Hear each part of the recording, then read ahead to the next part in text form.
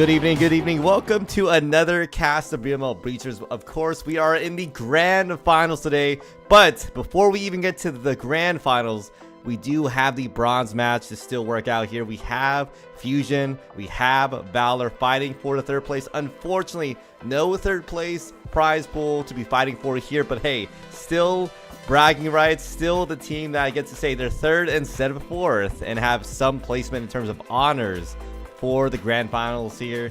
And of course, we're going to be watching Fusion and Valor. My name is Martini, and today I have Old Gravy and I have Shiba Marui in the casting booth. This cast almost looks like another cast of ours we've done before, but I will not. We don't need to talk anymore about that. How are we all feeling today? Feeling spectacular, if you will, Martini, and thank you for bringing me on to another great cast. You know, it's not finals or anything like that, but we're getting there. We got one match, best of three, two great teams battling out for that third place bragging rights. Yeah, yesterday was absolutely fantastic with the semifinals. Some great matches. I'm looking forward to seeing how this all finishes out. A lot of teams have worked very hard to get here. Valor fighting for that third place with Fusion, and then Acer versus IVI for the grand finals later. We got some good matches coming up. Yeah, I mean, we saw Valor, Fusion try their best efforts yesterday, but unfortunately, you know, Ivy, Acer knocked both of them on, and they'll be going on to their own match right after this one. But still, we have Fusion, we have Valor here, and I always kind of poll, who do y'all think is going to be coming out of this one? I know we talk about the different strategies that both of these teams employ with Fusion and Valor. I'm of the mind that I can see Valor really holding this one out here, but I could be genuinely surprised by the Fusion players. I'm putting it here in the chat here just so I have it in writing. I'm gonna go ahead and say Fusion, and I'm sticking with my guns on that one. That's just my opinion. I mean, Valor, great team, lots of team chemistry, been around for a long time. Fusion, I just feel have some really strong key players, but hopefully they can have that chemistry though that Valor has. Hopefully they've been playing enough and can kind of build that up a little bit before this match. I'm gonna agree that Valor is a little bit more likely to take this third place match.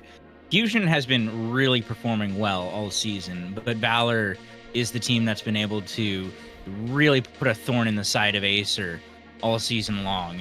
They're an older team. They've been always extremely well coordinated, extremely strategic. I think this is just going to lean a little bit more into their side. Yeah, I will say we are starting off things a little differently today, though. Looks like Valor is going to be dealing with 4 players, at least for the time being. Maybe, you know, they could field some players coming in later on, but we'll have to see if that does come to fruition later. But before we even get into the first matchup here, let me do a shout out to one of my personal favorite sponsors, Triangle Factory, for providing us with the game we love, and of course for supporting season 4 of VRML, contributing to the prize pool, I believe, for both the season and also VRML Con, and of course HyperX for offering some great products like this high quality HyperX quadcast sets that I use all the time on cast, and for creating great peripherals for computers. And of course, I'm going to say, you know, 10,000 times on cast, if you have not already heard about it, VRMLCon is coming up in Phoenix, Arizona. If you want to hang out with us, the community IRL, check out some awesome tournaments and players. Make sure to snag your tickets at the VRMLCon website. Trust me, you don't want to miss this one this year. I believe the whole Breachers casting crew should be there, so we'll be there live having fun and doing our own IRL stream while we're there. So it'll be fun. Check us out, or check out the VRMLCon website, or check out both, because I obviously want to support both streams there. But it looks like we are getting started here as this first team setup, this first team map is going right into hideout here. I mean, what do we expect to see on a map like this, Shimi? Well, first, Martini out here plugging his own content on the official VRML cast for the third place finals. But we're seeing hideout, you know, tried and true Old Faithful, the most played map in all of Breachers. An old favorite for every team. We are seeing that heavy garage defense coming out from Fusion as Valor is going to attempt to break that and get their foothold in for that B push. We do see one flank, though, way off on the side. With the bot? We're going to see some shenanigans. Oh, that is the bot. Never mind. Please disregard. Yeah, it's a 4v5. I mean, this is going to be very difficult for Valor to really get any rounds. I mean, we can already see they're already pretty much all dead instantly on entry there. I think they're just kind of seeing what they can do, just run in there. I mean, honestly, at this point, do you take over the bot? I know it's against the rules, but there's no place Oh. to. I probably shouldn't. I think there may be some like, oh no, he did. But I don't think Oh, it they're just trying to matters, kill the be bot honest. faster. Yep. Which valid. Again, getting I any kills believe with it it. is against the rules. I don't know if they can really get AP for this, considering they're just maybe trying to kill the bots sooner. Because I don't think they're using it to their advantage. Here, as you see, Red is messing around. And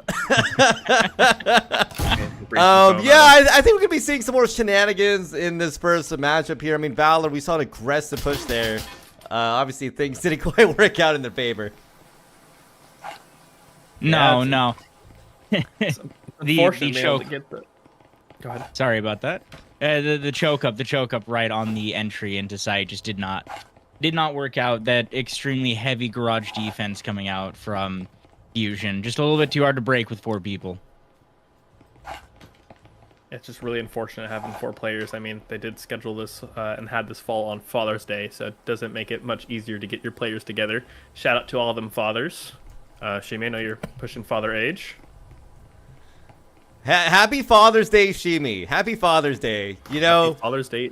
thank you, Gravy. I didn't Why even did I know. join I this should have texted again? him. You know, I should have texted. Why did I join this Shimi. again? I'm so sorry that I didn't text you earlier, Shimi, to say Happy Father's Day.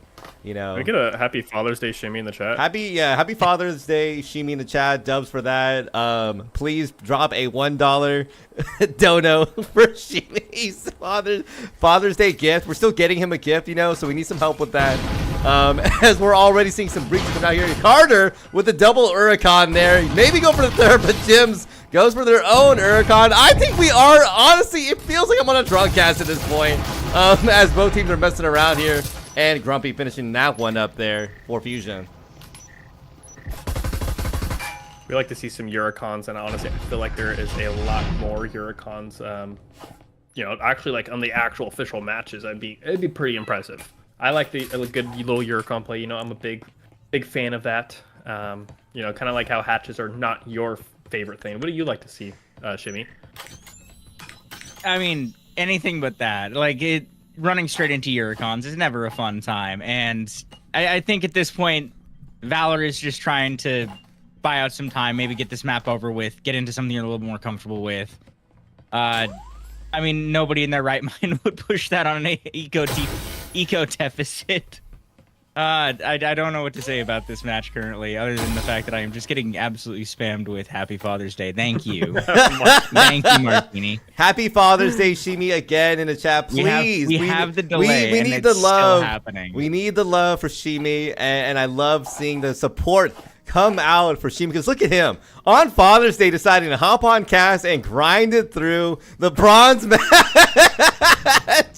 and the grand finals match here. But anyways, Carter already knocking out Jim's there, going in for another pick there by Red. Mackington on the opposite end, as it looks like B-side is wide open for the Valor players to start planning pretty soon here. But it looks like Fusion coming in for the retake gets picked up by Crimson, and they go for the wall bangs as much as they can. And they have the plant down. They have full control of site. It is, however, a 2v3 situation. One interconnector. Crimson does swing on him with that. Does get taken out, though, by a refrag from the Eurocon from Kai. See if they can go ahead and track down this last player as they both pinch in on Red, the last player, and get that defuse. Kai said, nope, I am getting that defuse, and killed his teammate Mackington to get those extra little points for himself. Maybe he's going to run around and probably grab some util and stuff first, I think. Or he's going to give him the round. All right. Well, I see what kind of cast we're going to have today. Oh, yeah. This is some hijinks. I almost feel like we need to pivot into our other version of casting. Did they wipe themselves? Oh, yeah, he went Kai outside. And jumped left out. him. Oh, brother, I even gave them the clip replay for that too. Oh my god. You're going to clip him running out the window. Let me see if I can pull it up real quick. Yep, there it is. Nothing like getting killed. Oh my You know, this does feel like another cast. I was about to say something bad. This dead feels like another cast. Shout out to Dark Raven for dropping 10 Canadian dollars. I'd say the Canadian dollars in the chat for Shimi. Happy Father's Day, that Shimi conversion rate's not Marui. open too much. This will become the And new. now it's happening. It's happening in my DMs. This is gonna become the new. Let me get a tryout for a restart meme. No, we don't Oh, need yeah. another. We don't need another. We don't. I mean, this match is already going sideways. We don't. Need Yeah, at the this point, I'm like, rest of life how going professional sideways. do we keep this? Because they're kind of messing around. I don't know. I hope Notfire doesn't rip me a new one. But we'll try our best to keep this going. But the more they're playing, the more I want us to kind of just relax. As Mag picks up the bye, and still get only a 4v5 right now for Valor as they try their best to get a couple picks here. Did take out the bot. Red did go ahead and take out Grumpy. Does get a little refrag there from Carter with a wallbane from the nut, and just picks and picks after. It looks like the whole team is just rocking shotguns and still taking out the team there. Does not matter what weapons they use. I mean, a 4v5 in any situation, right? I can see why Kai is just jumping out the window, you know, trying to spare him some free wins, if you will. Yeah, I mean, ultimately, tough. this is becoming a goof off match, which you know what I'm completely fine for. If this is it, we're gonna go into one heck of a sweaty match with IVI versus Acer, having a That's little gonna bit be a good fun, match. especially because they're in this 4v5 situation. Yeah, Yeah, I've Bust always off noted. this I mean, map. you know, I try to give love as much as I can to the bronze match. I do think getting honors is still a big deal. Your name is put on the website. You get the honors, you know, getting to the third place match. So that's like one of the few things you do get being in a third place. But I get it for teams. It's kind of a hard match to really play through mentally because you had a rough day yesterday, and obviously that's how you ended up here, right? Not exactly. It's still- The timing, though. I mean, it's Father's Day. You know, having Yeah. to play on this special day, and you know, ultimately probably not getting your full flexibility because of that is going to make it more difficult. Also, definitely going to change the mental of the game for both teams. One team's probably not going to want to play as strong, right? They probably think, okay, with the 45, there's no way we're going to win this, like logistically. I mean, they're goofing off and still beating us, and then what do you think that does for them? They might. Honestly, I mean, I don't even know if they'll finish this out. Would you want to finish this out if you already know you're going to lose at that aspect, or? Okay, but I'm going to be the guy. Honestly, take the forfeit. But I guess the thing is neither team wants to forfeit, right?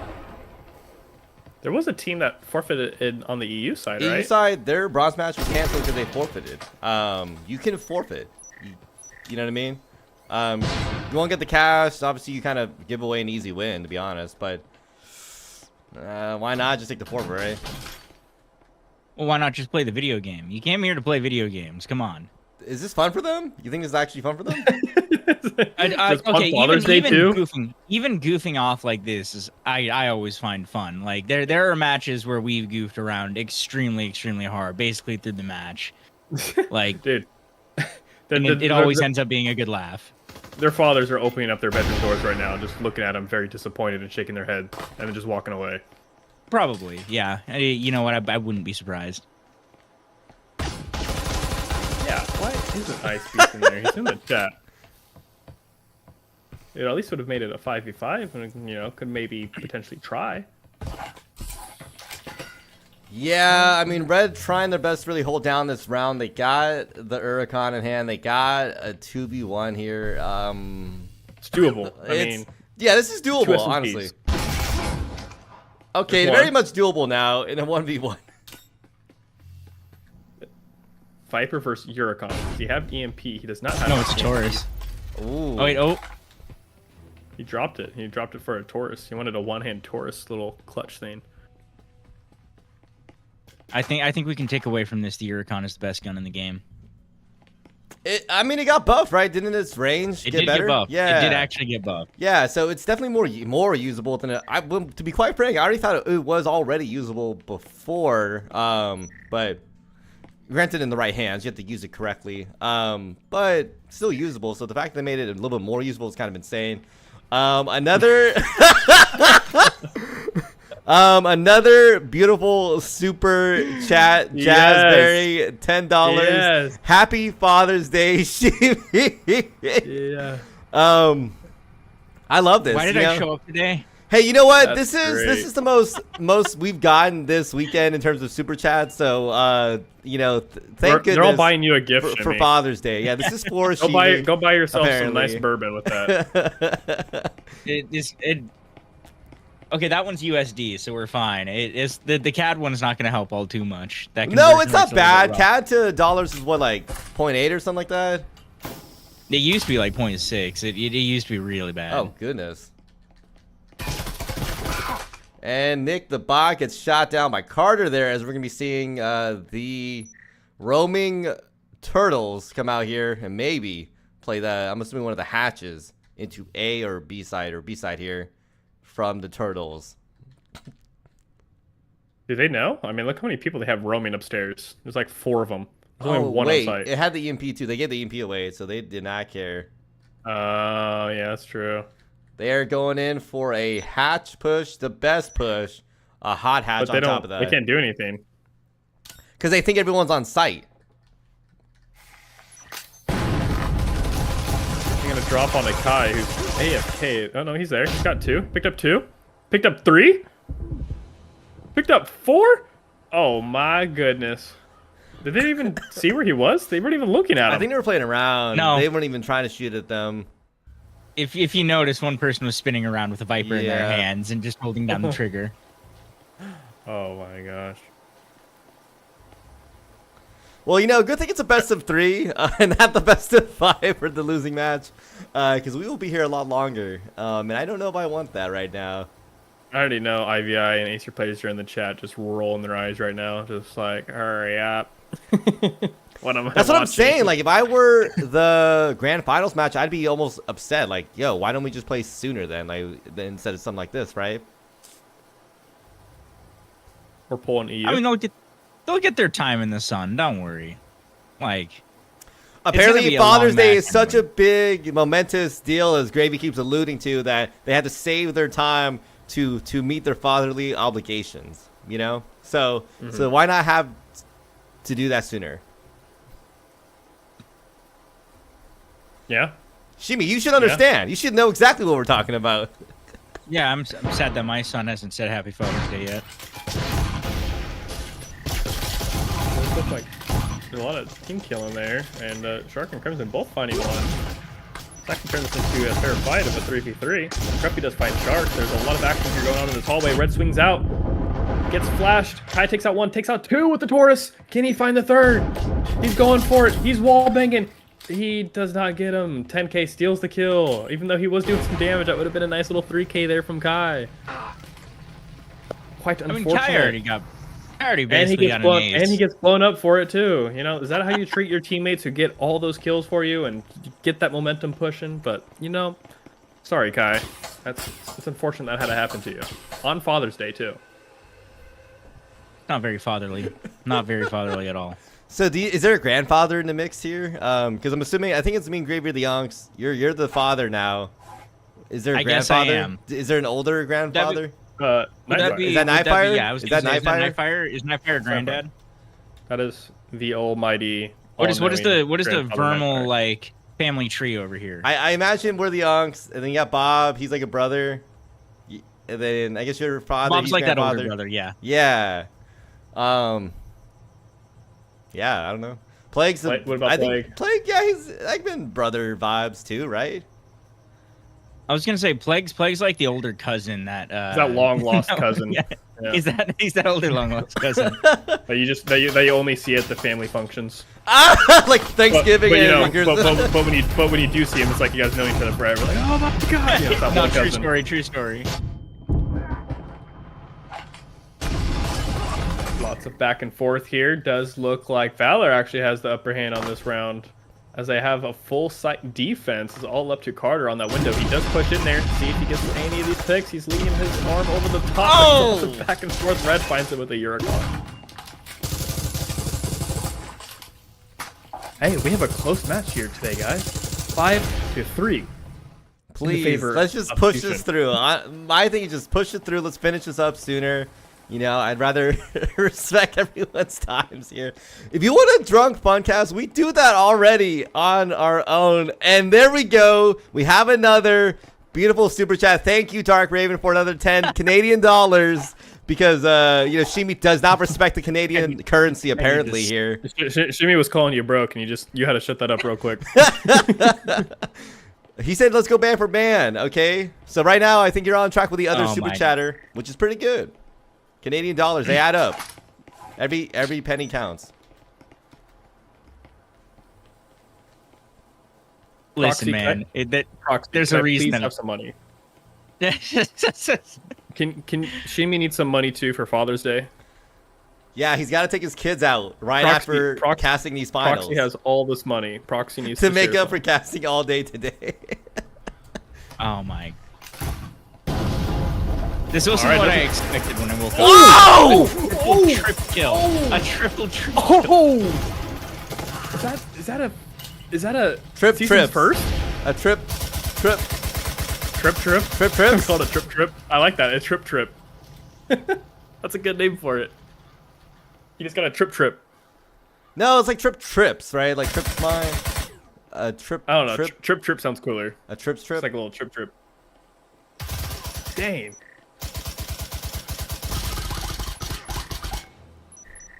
And Jims does find the last kill onto those stairs.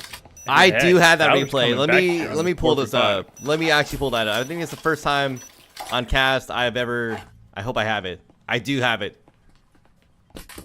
Oh my goodness. I mean, Red perfectly plays. I think it was just obviously the Fusion players are locked in right now, so they're not paying attention.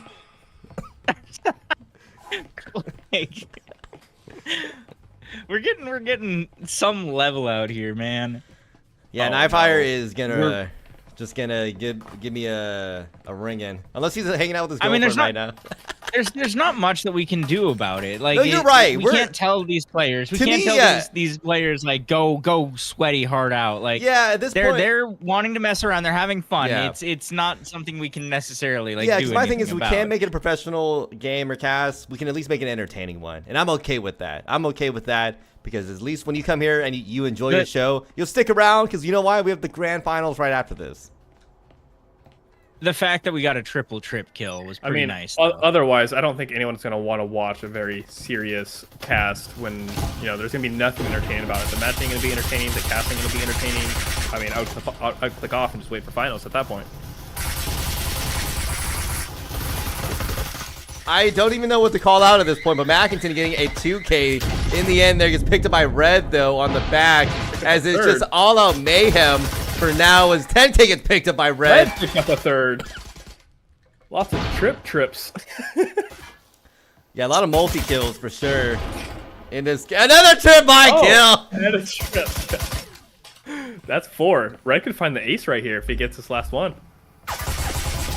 But Red is holding his hand up high, and he still finds the ace. He found the ace with his hand held up high. They brought it back. I mean, it's 5-5. Yeah, we're not going to you throw your hands. You throw your hands up in the air sometimes. Oh my goodness. You know what? Let's talk about what happened on the EU side of things. That's something we can actually bring up. Shout out to the Acer EU players. They did win very definitively in their game. By the way, if you weren't paying attention to the cast earlier, they won 21-3. You heard that right. They rolled a 7-1-3 maps in a row in that best of 5 series, locking it out against the Valiant's EU players there. So I'm curious to see, if Acer's NA counterpart can pull out a similar performance. But I will say they're playing against IV after this matchup in the grand finals. I mean, what are y'all expecting to see from the grand finals? Now that I think we kind of know this one's kind of a wash. I have no idea. I think it's gonna be pretty close both ways, to be honest. I can't have a vote on that one. I mean, you're gonna have aggressive players versus aggressive players. It's gonna be insane gun skill versus insane gun skill. You got Hotline versus Proxy. Oh Kazakhs my god. Kazakhs versus Blaze, etc., etc. You got some insane shooters we're about to see all day. Once we get through this level of shenanigans. Just gonna say, Red's gonna have to pull up another ace right there, but it looks like it's gonna be a flawless coming out from Team Fusion.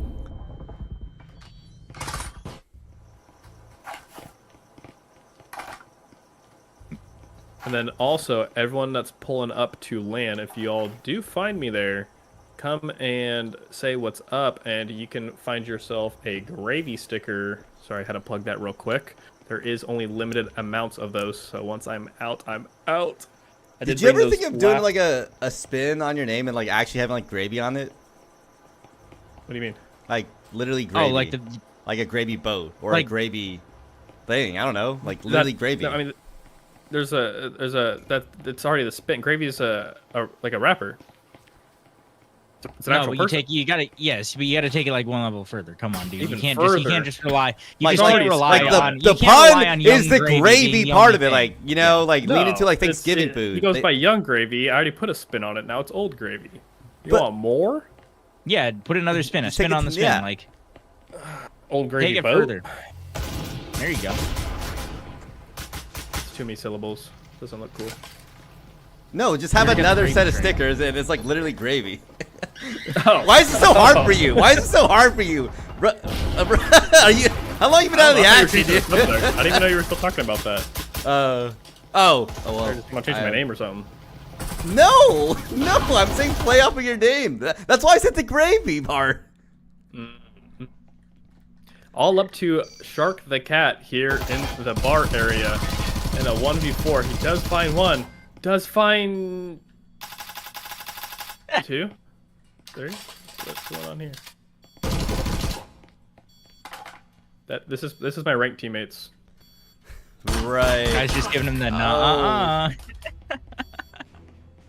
POV, my ranked teammates. This is why we're all hard stuck bronze. Yeah. Alright, we got another one. But hey, No. for the first time, you know what I guess is gonna happen? Let me call it now. Valor's gonna win map 2. We're going to a map 3. Is my guess. We'll see. I don't know. There's a possibility they may just be like, okay, that was our fun, and then call it. Whoa. Hold up. Someone just said how much money for me to crack an egg on my head on cast. First off, I don't receive any of this money, so me just cracking an egg on my head just because for that point, that's crazy. $100. This $100? Yeah, feel you like gotta don't- send it to my personal PayPal. I'm just kidding. No. Oh my. No, I can't. No. If you're gonna, you know what, Gravy? If it's $100 on cast, I'll crack an egg. I'll crack an egg on my head. I'll crack an egg for $100. I'll do it too. I'll do it on too. Cast, I got some on eggs. cast. I'll do it on cast. $100 will get two Only people in to the crack bronze an match egg. though. And once we go to grand finals, that deal is definitely off the table. we're gonna find out that all of our caster perms have been pulled tomorrow. You guys did what on cast? I got us $100. I mean, you know, There you go. Yeah, dude. You know what? True. Deal. like, you know, nothing but the grind. Nothing but the grind. Right, we're still doing this. And probably one of the lowest. Shout out to one of the lowest super chats I've seen in a hot minute. 79. Is that pounds? From Angel ? That is pounds. So it's not too bad. Not too bad. So it goes a little further in the USD. So what is that? About $1 or something for us. So still. Oh wait, no, actually, I think that's euros, not pounds. I don't remember my European currencies very well. Yeah, they kind of. I'm gonna be honest. Euro and pound always kind of look similar, anyways. Personally, maybe I'm looking at. Too Well, I fast. can't wait for this riveting round on ship. Yeah.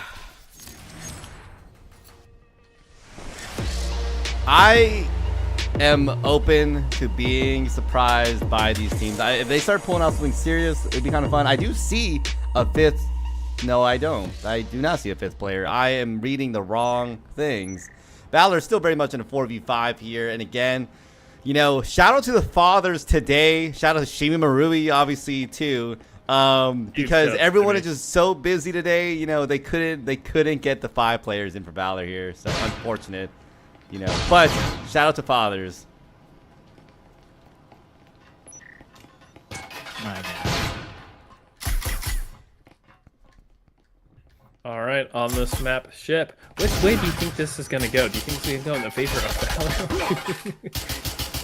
Joking. This is most definitely very one-sided here. But you know, I think it's a little bit of back and forth action as it's actually a fair. It's actually going good in the favor of Valor. However, they do have a little bot takeover here. So we'll see how far they decide to push this, because you know, do that, but. And yeah, they're still getting some more kills here. It is a 3v1 now. All up to Carter. Left in the storage room. Oh.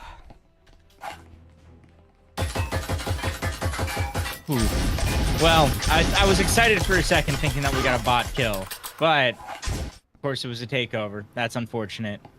I was really hoping to see, like, you know, the champion bot for VRML bronze match, but no such luck today. We've seen bots pick up players before in competitive. Oh, wait, what's DKK? What kind of money's that? No, okay. no. What is? Oh, Wait. DKK to USD. I think that's a Dutch currency. Dutch krone is $15 US. Unfortunately, we're gonna need you to do that 7 or 8 more times, Llama. I was scared. You didn't specify a currency. I can't wait Come till we on, get like 100 we're yen in USD. here. We're USD, Shimi. Whoa. No, It's 100. 100 USD. You know what? Shout out to Llama though. You know, for donating 100 Danish krone in the chat there. I didn't even know what that currency was personally, so I had to look it up. Oh Lord! Hey, you know what? I will honor it. I will honor it. I will do it. Are you serious? You I just will said do you it. wouldn't do it. You don't have to, Martini, but I will do it. I'm not doing it. I ain't gonna lie. If they do 100 though, USD, I'll definitely do it. I'll do it. I'll do it. You never said, brother. We always mean 100 USD. Otherwise, why not just drop 100 yen or something? I'm gonna be doing it at the end of the cast though, because I will not be sitting in yolk for the rest of this cast. I was actually hoping that you would do it like right now. It'd be pretty dang hilarious. Oh no, not right now, bro. I don't know. We did say you gotta do it now. You know, this might be the moment. This might be the moment, Gravy. I'm telling y'all, Valor's gonna win map 2. We're going to a map 3 at this point. Like, I would not be shocked. I would not be shocked. Yeah. Big brain move. Do you think they're just trolling just to drag this out as long as possible to really make the finalist teams mad? At this point, we're milking the chat. This feels like we're just milking chat. This feels like a OF stream almost. Martini. Can I say that? I don't know. That's not I don't know. Only friends. We're all friends here. Only friends streams here. Only friends streams here, obviously. Jeez. Plague Doctor, if I do $50, Martini will do it. 50. You know, that was $15, 65. Do fit 65, I'll do it. 65 and I'll do it. 65, but end the cast. And I do need to watch a negotiating tactic right there. $15 more, please. Well, I'm including the Danish krone, and I did lower from 100. Let's be real.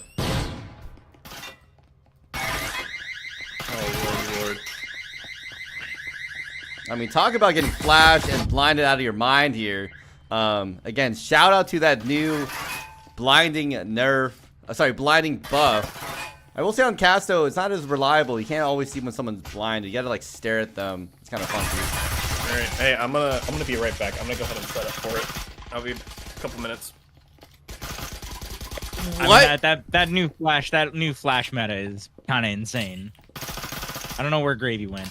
Yeah, I mean, it really does buff the attacking team now. They have a lot more, I think, leeway to get an attack started.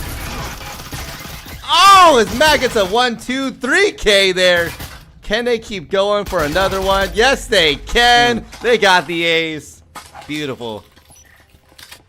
You know, I just want to see a Gladiator run now. I want to see Fusion pull out Gladiator. For those of you that don't know what Gladiator is, it's where you have one person goes into the site, the rest stay outside. Or sorry, one person goes in the building, the rest stay outside. That person has to get through as many kills as possible. Once they die, the next person goes in. You know, that could be something fun for right now since we're missing a player. It does feel like we're doing one of our. It sounds like we're doing one of our variety casts at this point. We might as well transition to doing that.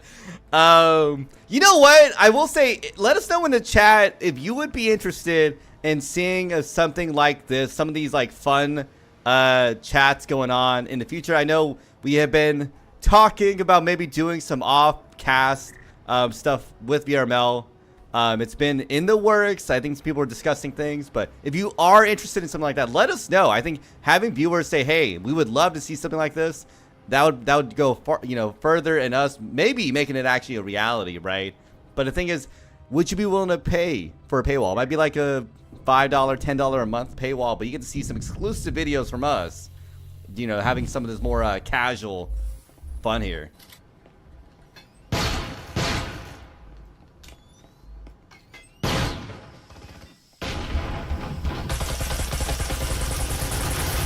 Oh, the absolute fire coming out right now. Yeah, absolute mayhem here. See me as everyone is blind firing 10 different locations at this point. And Red picks up one there on Max. He's getting picked up by 10K. And Shark in the back there waiting to spring their trap. I think they got the Uricon in hand there. And the EMP is finally getting pulled out at this point. Shark gets the pick. Carter trying to follow up with the refrag there. And the plant does get put down.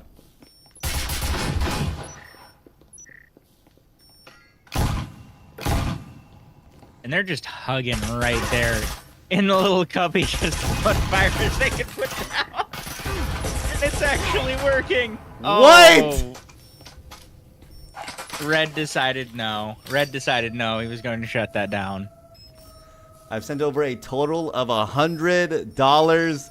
Llama DK, I gotta do the math, but Dana's thrown that they're correct. It equals 0.15 USD, and we're being nice because I know currency conversion isn't always correct here.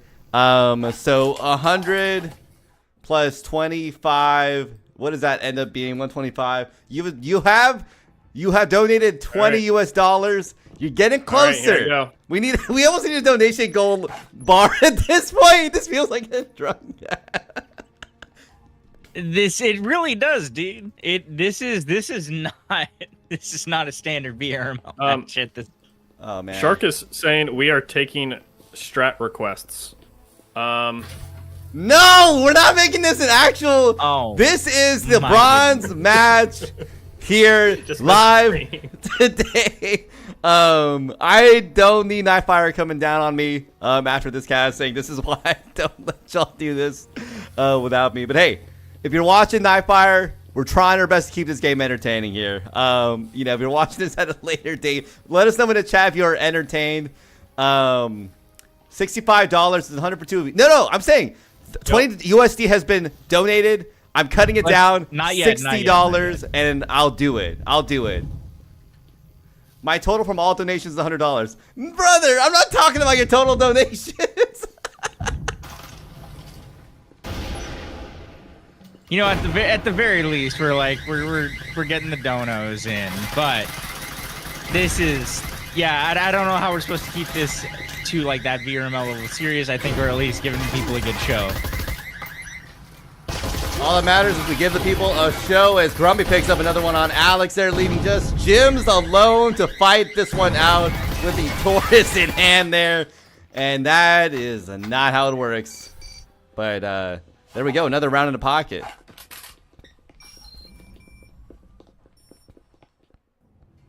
Lots of back and forth action. I am back, by the way, and I have the eggs ready. Yeah, I said eggs, plural. I will be doing 2. One for the $100 that we didn't specify. And then I have another egg for if someone wants to donate 20 USD. And so they will have this egg from me. Yeah. Remember, chat, we said 100 total dollars for both of us. We're getting up there. I think we're at, what are we at? It was 20 from. You're making some daring bets right now. We're 20 from Llama, which Llama hilarious. We have $1 from Angels, 21, 22 from Plague, 20 Canadian dollars. What do we have, like 40? Yeah, $60, y'all. $60. I'll hop in here with gravy. I'll hop in here with gravy. I'll do it, honestly. Yeah, you know what, Martini? You're chicken pants. I get it. It's fine.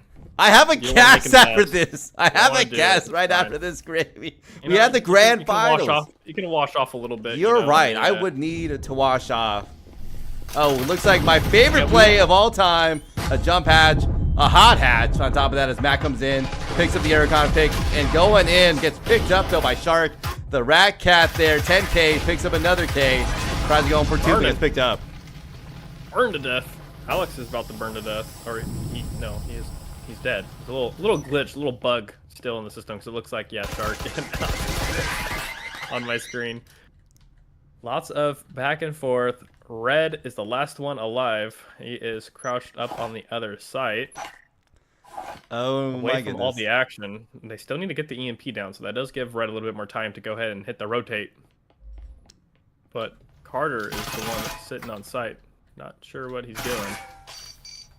Oh, he's getting some aim training in. He's getting some aim training in on the body of Alex. All right. Oh my goodness! Did you see that blind fire around the corner? Oh, that was almost beautiful. I'm not even gonna lie. That was really good. That was a beautiful thing right there. All right, when am I cracking these eggs? You said at the end of the cast. I do gotta give a shout out to the super chat. Another $20 coming in from Plague. Honestly, $40 more. I'm hopping in with gravy on this. Honestly, I'm not lying. I'm $40 more. We're almost there. We're almost there. It's fine. I will just be the one cracking eggs, Martini. We get it. You don't want to have fun. You don't like to have fun. I set the donation goal. What are you talking about? No, it's fine. All right.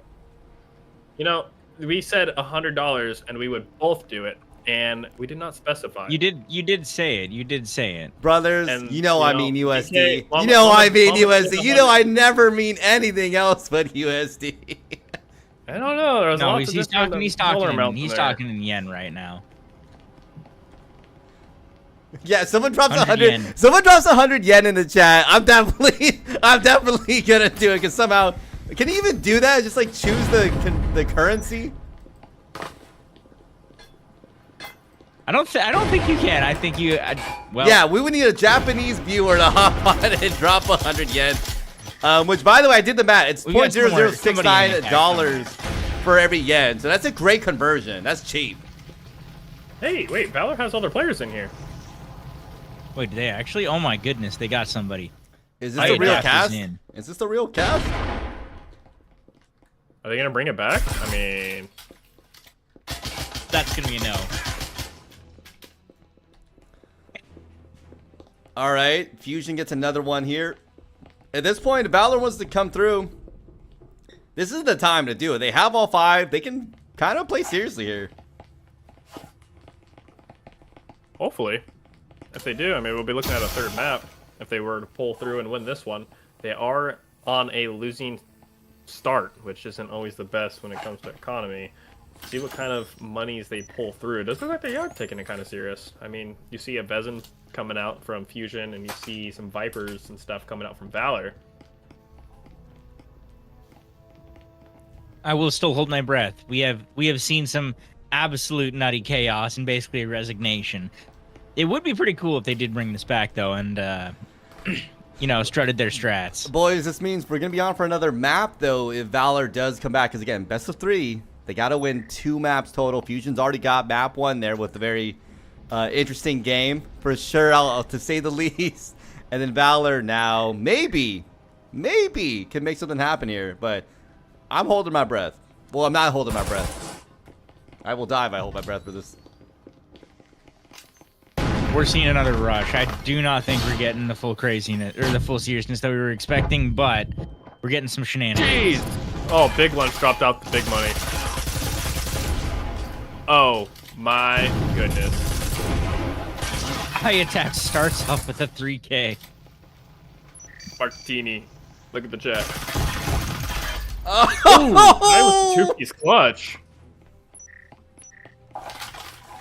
oh my goodness. Is that, what is that? That's CA? a lot of money. 80 that's is more, about he 60. did the conversion. That is exactly $60, I believe. Is And that Llama exactly? too with the $60. Is that It exactly doesn't matter. Look 60? at Llama did the rest. Llama just did the rest. Martini, you have to do it. You're having to join me. It's too late. All right. We'll see. How about this? When this map is over. Whoa, No. my Let me God. finish. Okay. When this map is over, we'll see if it goes to map 3. Then I'll do it on map 3. If it's done in map 2, I'll do it right now. Does that sound good to you, Gravy?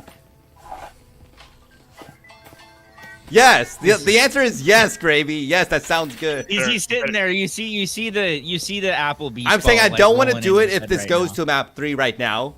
If it Better doesn't, not then it scamming doesn't the matter. Chat. What? Better not be scamming the chat. I'm not scamming chat. How about this? Y'all roll with this. I'm gonna go get the equipment real quick. I'll be right back. Alrighty. Oh my See goodness. how it works. And I think we are seeing a little bit more of a. I mean, we see a lot more Knuts and stuff coming out. Kai getting a very quick early swing on Iadapt. That is one less player in there. Oh, Red that with evened a up to 3-3. Isn't Martini running cams? He is. So we're stuck in a single POV at this moment. Oh. Don't worry, guys. I'll run cams. We're graced by Plague Doctor now.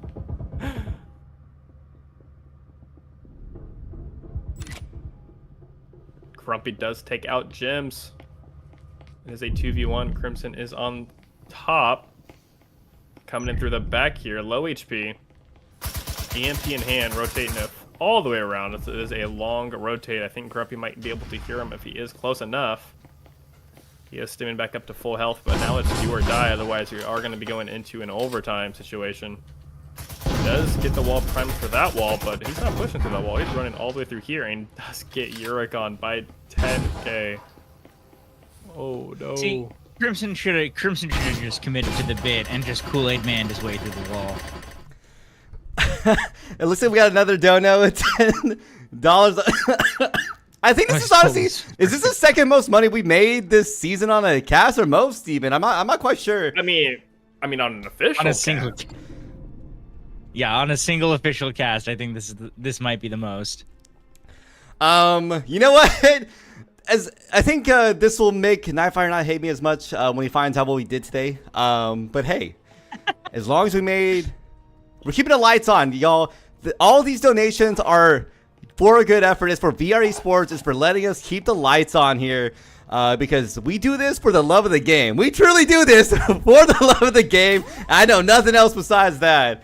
But I did bring two eggs. All right, after this round, I'm doing it. Regardless of what way it goes, I'm doing it. Regardless of the way it goes. If it goes into Valor, if Valor wins this, then I will cast the rest of it with cracked eggs on myself. Oh, gosh. Don't say that out loud. you gotta remember, like, how much is that costing right now? We need the donos just specifically for like how much the eggs are costing. Dude, Oh yeah, in this economy, they're expensive, man. Need some good eggs. Need some high quality organic eggs too. All right, I got the brown shell. All right, looks like EMP does get picked up by the Fusion defense here. Mac picking up another kill there on a Shark, the Rat Cat. Only 3 left on Valor. This is do or die moment. They got to lock in if they want to see Gravy with the eggs on his head for longer, as they have to retake the EMP at this point. It is a 3v3. I would say it's gun advantage. I mean, they do have 2 Vezins in hand. However, those Uricons with that buff, they are putting in lots of work, as we saw this entire match.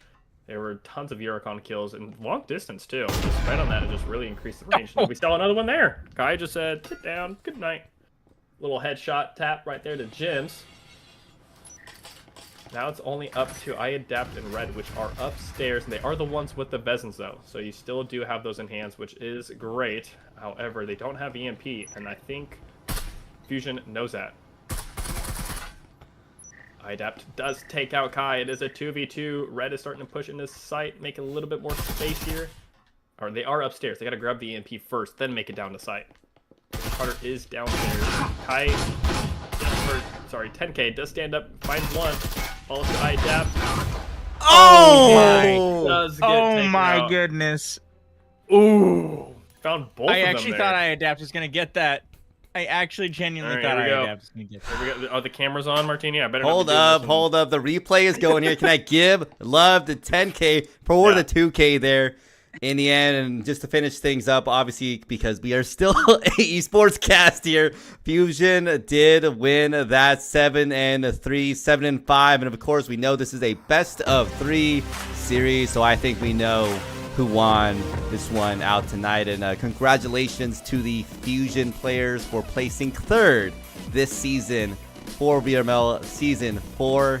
Obviously, stick around for the show. I mean, we'll be cracking some eggs here, apparently. But for the upcoming matchup, it's going to be the grand finals between IVNA and Acer NA. Go get an egg, Jimmy. Go get an egg.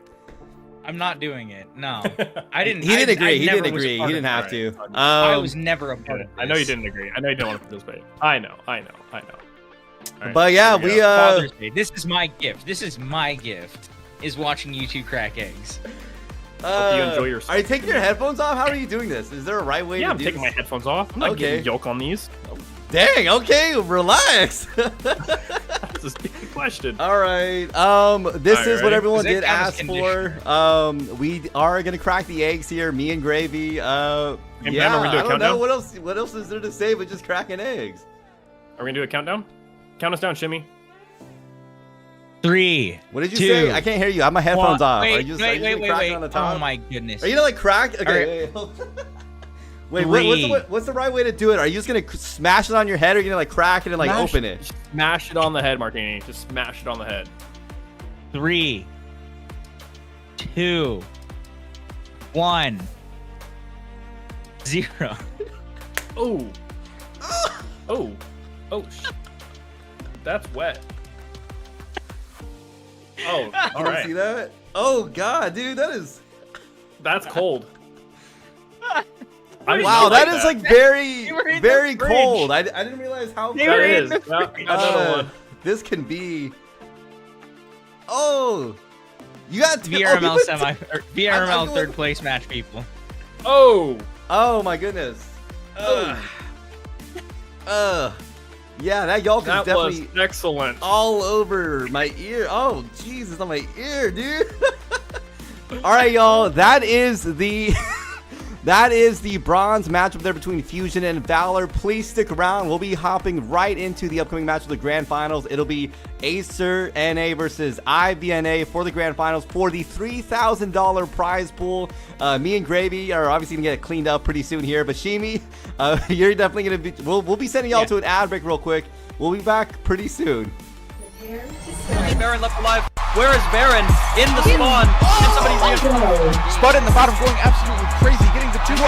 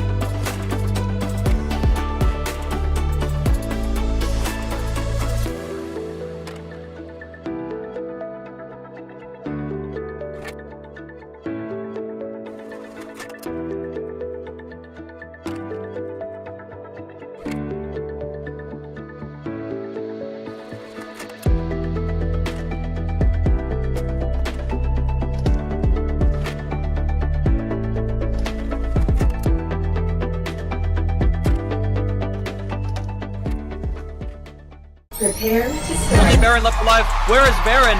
In the spawn. Can somebody Spud in the bottom going absolutely crazy, getting the 2K. Wow.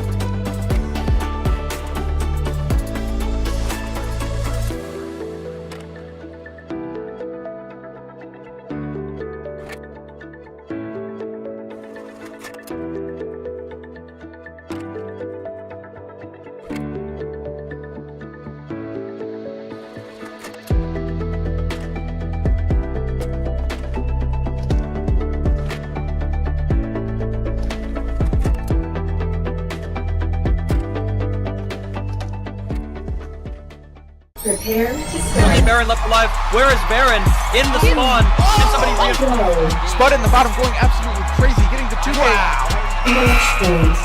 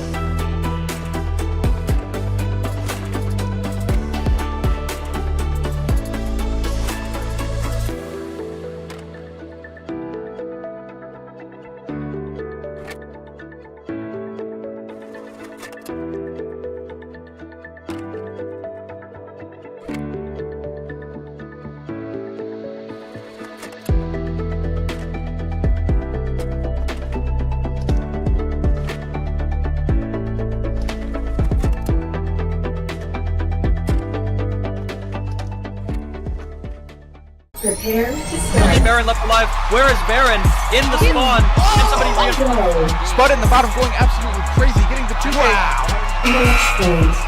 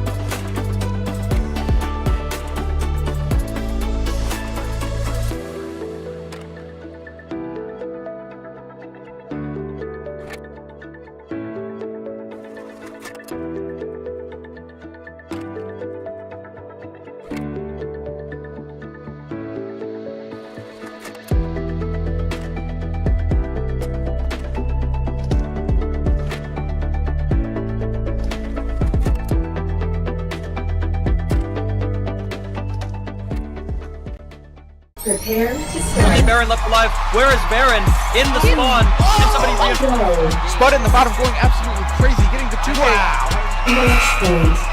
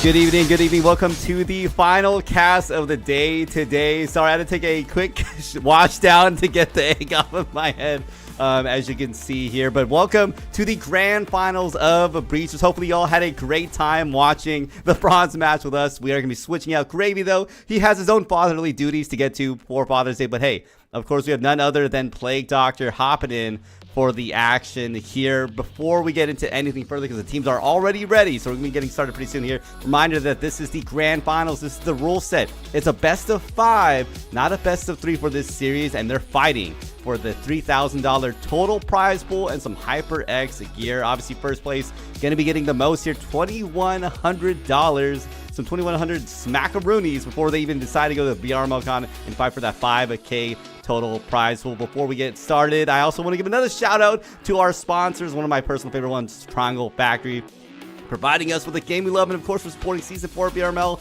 And of course, we've been talking about it time and time again. Here's just another quick reminder. VRML Con is coming up next month in July in Phoenix, Arizona. So if you want to come hang out with us, IRL, you got Play, you got Shimi, you got Gravy. We got some other folks hopping in with us at the caster house there. But we're going to have some fun casting these tournaments, getting to see things happen IRL. Make sure to snag your tickets online at the VRML Con website. Trust me, you don't want to miss it this year.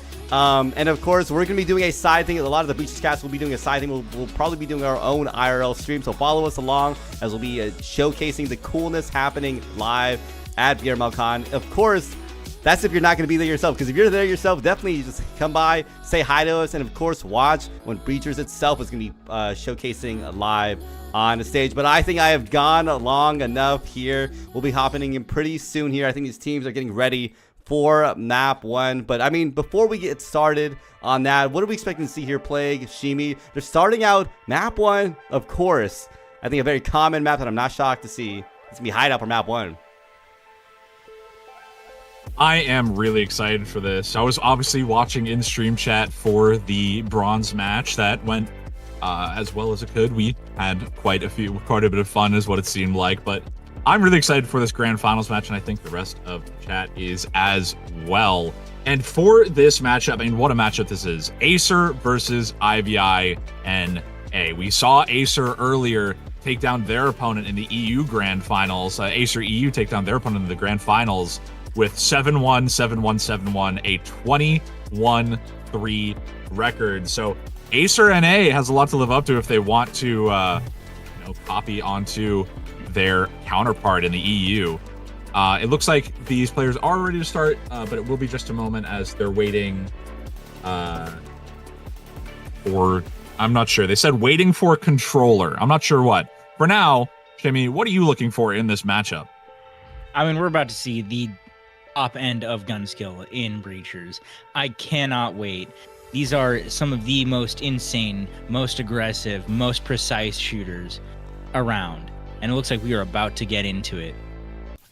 Yeah, as we're going to be starting out here on Hideout, bread and butter of Breachers. I think we've seen this map 1,000 times before, and we'll see it 1,000 times more. As I think most teams definitely find favor in this map. I think one of the biggest things is it's so dynamic with some of the attacking options you have here, and I think a lot of teams also love it because it's a great test. I think it's a great litmus test for which team is a little bit more skillful than the other, because it's a very common map to choose. And reminder, again, we are still utilizing overtime here. There is no draws. We're going to have a map 1 win from one of these two teams here live today. I mean, Hideout being that standard map, that one that everybody has played, the most played map, like I said earlier, on Breachers. Everybody's got this map figured out. Looks like we are having yet another harder garage pulled from Acer starting us off. I was talking about this earlier with some of the folks in the Breachers community about giving up different areas, and one of the places that I think the consensus those reaches, one of the worst places to give up is garage on Hideout. Because if you give this up, this is a lot of room to claim for the opposing side. They can get into walls, they can get in anywhere else towards the point. You have to hold down the garage and make sure nobody can come in and claim free ground. And we're seeing that here with LFT and Alcoran both very carefully holding onto each other's cross angles so no one can come in and flank them. Static on the door, as well as a flash coming in. LFT throws down a smoke immediately. Slitzo is also flashed. Gets taken down by Uncle Ronda's hotline, takes out Blaze with a fantastic incendiary on the door. It looks like IVI maybe misjudged their flash a little bit and flashed themselves. Proxy now trying to come through the door along with Swift. They don't have a lot of health to work with as another incendiary comes out. But Trench Kid Ash is on the outside, hoping to get a quick peek off if someone gets a little sloppy. Yeah, already down 2 players. IV is off to a rough start here. When again, they should have the advantage, especially with the flashbang buff.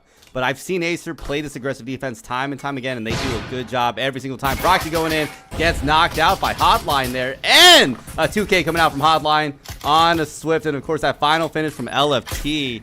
This is Acer stepping up to the plate already.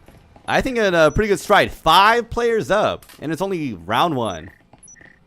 If you can get that garage hold right, like Acer just showed, you can absolutely run your way through Hideout. It becomes so impossible to try and get a B push if you can't get that garage ground. And as we just saw, you can't just let one person in. You have to really commit to that push. That single incendiary solidified off that Sleetso was completely alone. They didn't have enough control over on the front door. It just, that entire push fell apart because Acer just refused to give up any single bit of that garage hold. Yeah, I like how along those areas are catalyst zones, right? Those very important rooms that if you do give them up, it makes it so much easier for the attacking side. And I think the hardest part about this game as a defending team is knowing these catalyst zones, but also how much resources and utility to use to maintain and hold that, right? You don't want to throw all 5 of your lives at maintaining a single catalyst room when that means you're going to lose out the round, right? Or make the round very difficult for you. It's a really hard balance to strike for a defending team, how much to give up and when to give up. And I think understanding that balance is very important. As LFT already off to a good start. They're off of Sleetso. And again, Acer with this aggressive defense. Immediately stepping in front of the balcony door and taking out Sleetso, who's on rappel. Somewhat odd, honestly. Normally, we've seen Sleetso in the IVI squad be doing their droning. You know, he's going to be in a space off to the side, but it looks like they've decided to have Trench do the droning instead. Unfortunately, he got taken out while he was up on the side. Proxy watching on the back room as Trench Kid watches through the hatch, trying to get as much information as they can and block off the flanks. Looking like a standard meta push onto the A side with Uncle Ron waiting very patiently near the door, hoping for someone to push in and get a bit of a sightline on them. Some wallbangs coming out as Blaze baits out some shots on the trips. Uncle Ron still behind on the bathtub. Dangerous spot to be in, as if IVI just dumps one of their incendiaries onto that side, he can't really escape. He's going to have to just take it and hope he can get someone down before he goes down himself. Yeah, at this point, I think Ivy's trying to get ready for this push in here. They are being held back by the Acer players. LFT, though, watching this aggressive angle, trying to see if they can get some chip damage here, but pulling off when it's getting a little too dangerous. And Tech9 in the back, and they're just playing very, very slow. LFT, though, picking up Blade, and another one from Uncle Ron there, but the incendiary comes out, not quite taking out the Acer players, but so close as Tech9 on the back there having to watch both Trench and Swift. But look at that. EMP is down. Ivy's got to make some choices here. Yeah, they're watching their cross angles. They're doing a great job of watching each other's back. Swift able to watch behind Trench Kid able to watch behind Swift. They're not quite sure where to look now. They're looking away, giving LFT the opportunity to come in behind them if he goes there in time. Trench Kid Ash and Swift both pushing in. LFT knows they have EMP. They know they can just wait them out.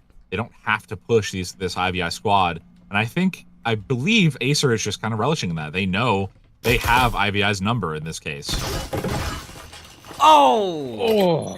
That's a second flawless in a row for the Acer squad. And, you know, we were looking at this. We were saying it's going to be a good, close match. But Acer's putting out a really strong showing. We haven't seen rifles from the IVI squad just yet, so I don't want to count them out. But Acer's putting up a strong showing trying to win that first place prize.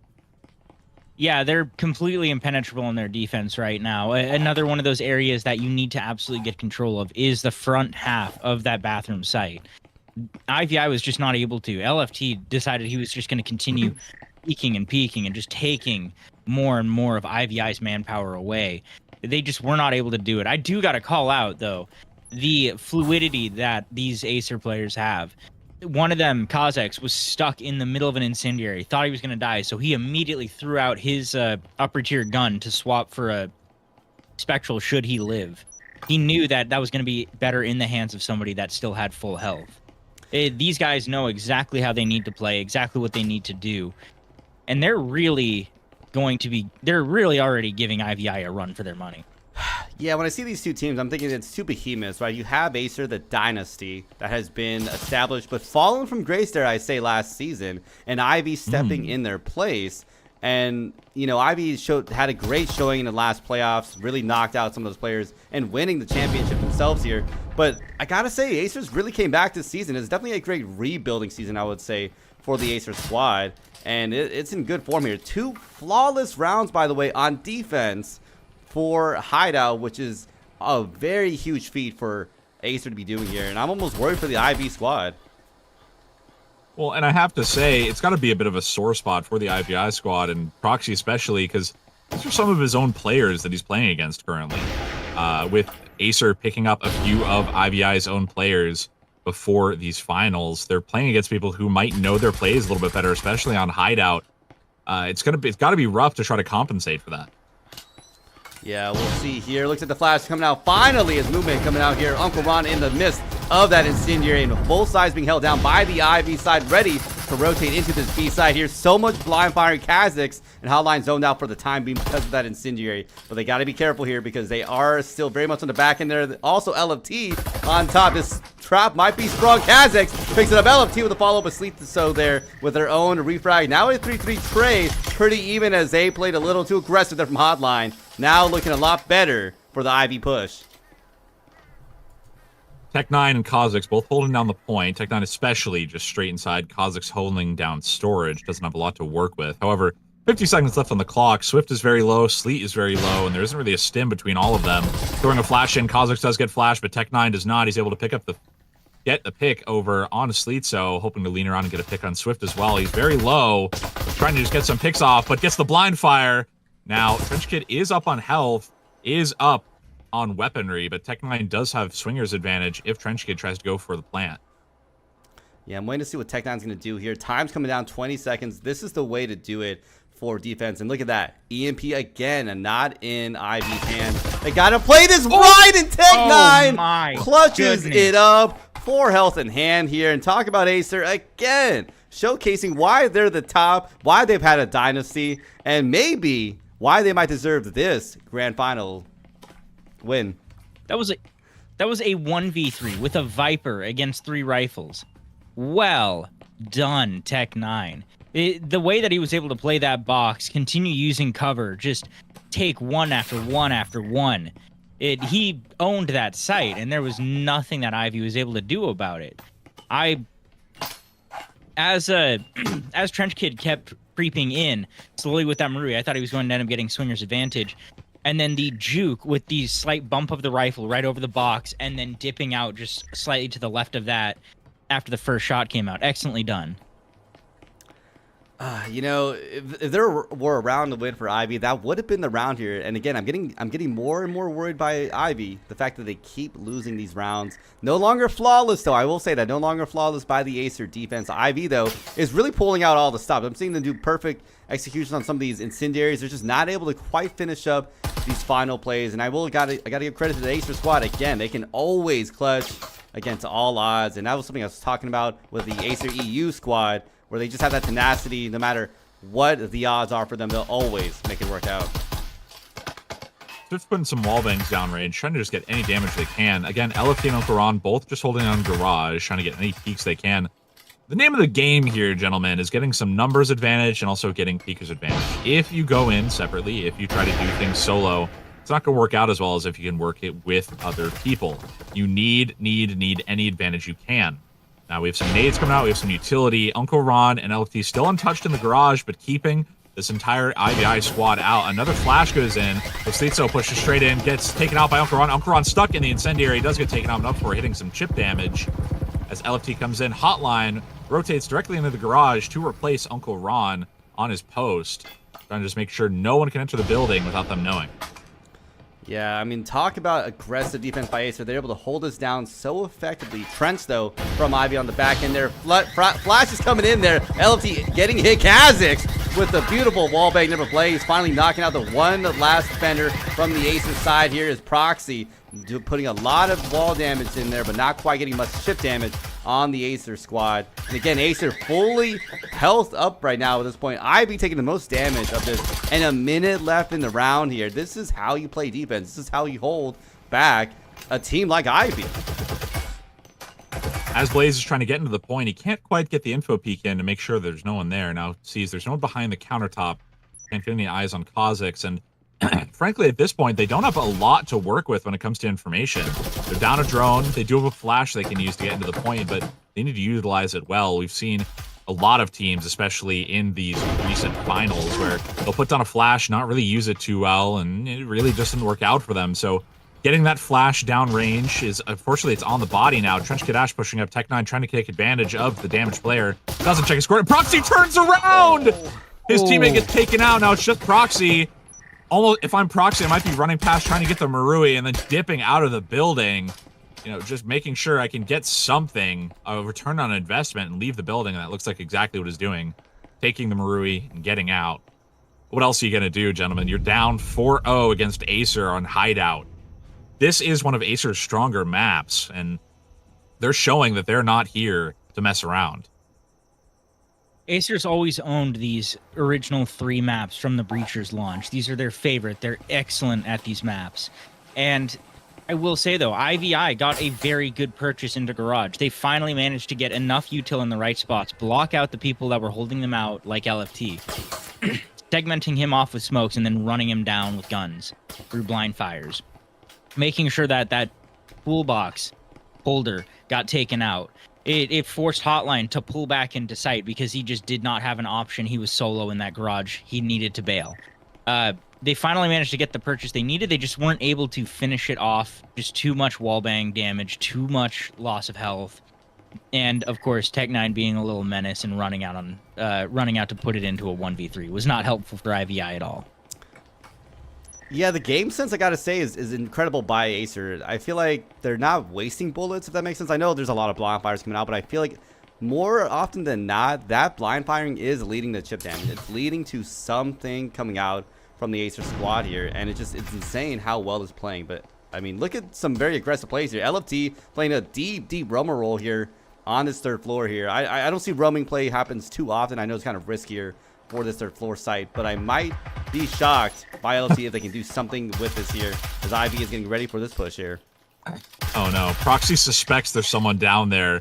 Yeah, Proxy knew there was someone down there. He was waiting on the roof, didn't see him rappelled down, but he was ready for LFT to jump out. That's got to be unlucky for LFT, but good game sense from the IVI stack, especially Proxy. Now turning it around, now 2 of the Acer players are down. They got a little aggressive, and they paid for it dearly with their life, but Acer has clutched out worse before. Tech9 hoping to push in under Hash. They know someone's up top. Trench Kid might have Tech9 rotate directly underneath them if they're not careful, as he has a pretty good angle. Tech9 sneaks right on through in the back line, takes out one, but not able to take out the rest. Trench jumps down to help the rest of his team. It's just Kha'Zix now against an entire stack of IVI players. EMP goes down, but Kha'Zix has to wait for his stim to recharge. No one's coming in on that shower window. Those trips are unfortunately not going to help him. Kha'Zix just holding down some utility, waiting for someone to push in.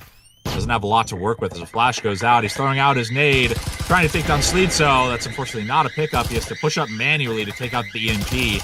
If I'm Kha'Zix, am I just saving my Marui right now, or am I pushing up? Yeah, I mean, it's a 1v3, but I think Kha'Zix says, I'm just going to send this, see what happens. Maybe it's a little bit of an ego there. Maybe it's a little bit of, I've been doing so much chip damage on these players with that frag, with that incendiary here. I think maybe they can have something happen in Syringe finally coming in hand. Maybe they're going to peel off of this, and they do decide to peel off. Maybe go for the crazy rotate. I think they should just run this one out, and to your point, just go for the save. Oh, I thought they were hunting him for a moment. I thought they were running down the stairs and hunting him. I was going to laugh so hard, because that's exactly what I would do in pubs if I see him climb out that window. And you can tell, it looks like he was discussing with his team in that moment, just figuring out, okay, do I save my Marui? Do I just jump out the window? And finally he looked up, went out the window, stimmed, look out the window, and just kind of went out. He knew there wasn't much of a chance of him getting down that 1v3, especially they're up 4, yes, but it's still IVI. They've still gotten here on, you know, the backs of skill, not just luck. They have the chops to get this done. They just need to get a little more consistent against Acer, and they'll be able to pick up some more rounds. I will say, though, they needed that extra Marui going into this round. As you can see from the eco, they're not exactly in the perfect position. That gave IVI the chance to get a full buy, which they absolutely need to be able to pull off at least one more round on this first half. Looks like they are discussing right now who needs to get that Vezin. Looks like LFT is going to be given one while we see 3 more Maruis in play. So we've got 4 rifles versus 5. it back down onto this bottom floor. We saw Acer hold this thing with a death grip previously. Well, specifically Tech 9 with a death grip. But maybe IVI is finding their stride. Maybe they're locking in to give us that match that we've been looking for.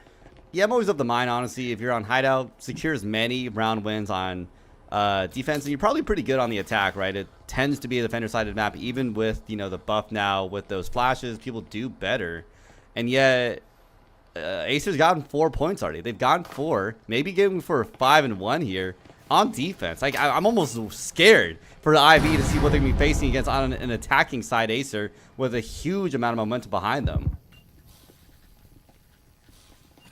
Yeah, they have a good amount of momentum, but IVI can break the momentum. We've seen it happen before, and they're trying to really get that done, trying to push through onto the hatch, trying to get something down. But this is not a great floor to break momentum on, because these defenders, especially on Acer, can dig themselves really deep into these peaks, can get the drone down, make sure there's no information. Proxy does take down Unkarane, tries to sneak up at them in Garage. That's a fantastic pickup for the IVI squad, especially now that they're back at full health. Interestingly, all Maruis over on the IVI side, there are no Vezins to be seen other than the one they just looted. Immediately, trip mine kills, take down Proxy. Proxy takes on a Tech 9, but then gets taken down in return by Kozak. Trench tries to get the refrag, does indeed. LFT is unnoticed, gets flashed down, gets taken down by Trench. That was a fantastic flash that saved his life. Now it is just Hotline on back hallway.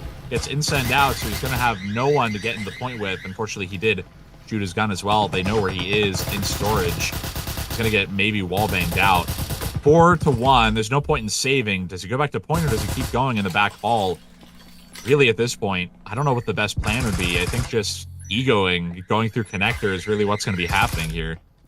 Yeah, I was wondering what Hotline's going to be doing here. We saw them already try to go for an attack. They're getting flashed out at this point, and this is going to be challenging for them. Sleeps are going in for the swing here. Picks it up, and that's going to be IV getting another round in the pocket here for Acer. But I saw a great attack, I think, developing from IV. Let me pull this replay here. There's a beautifully placed flash preventing the defender from shooting them. The excellent use of util is what that came down to. Also very good reads.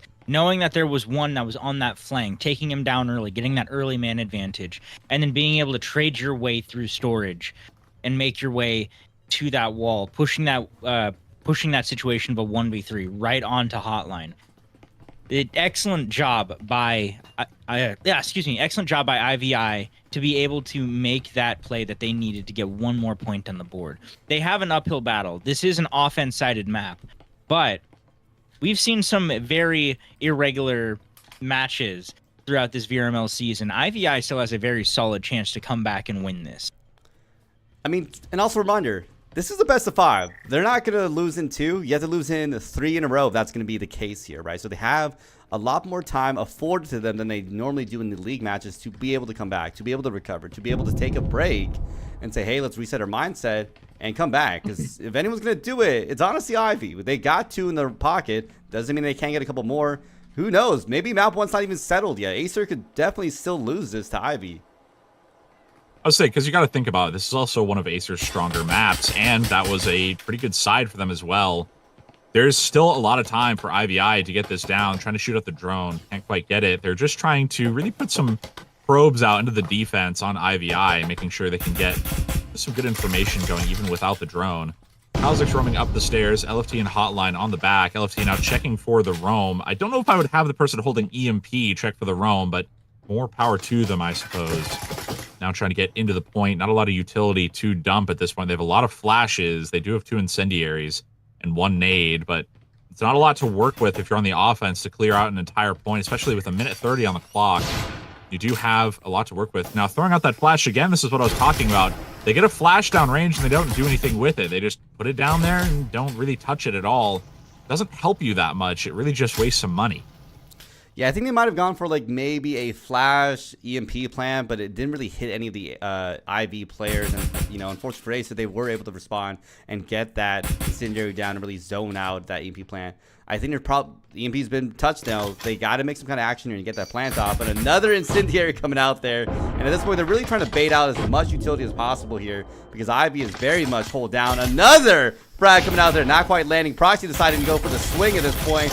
Gets one from Sleep Zone LFT for the refrag there on Proxy, and it looks like they're finally going to stick the plant there. No. I mean, No. I think that was just an ideals thing there. I think they were thinking, all right, I'm going to die from the incendiary anyway. I might as well throw out mine, but taking the EMP might have been better for your team. If you had more time, if you had a minute and a half, it would have been better to stick it. But at that point, now EMP is down. Doesn't much matter anyway. Blaze gets taken out by Hotline as Trench Kid is still trying to just get into this back line on the point.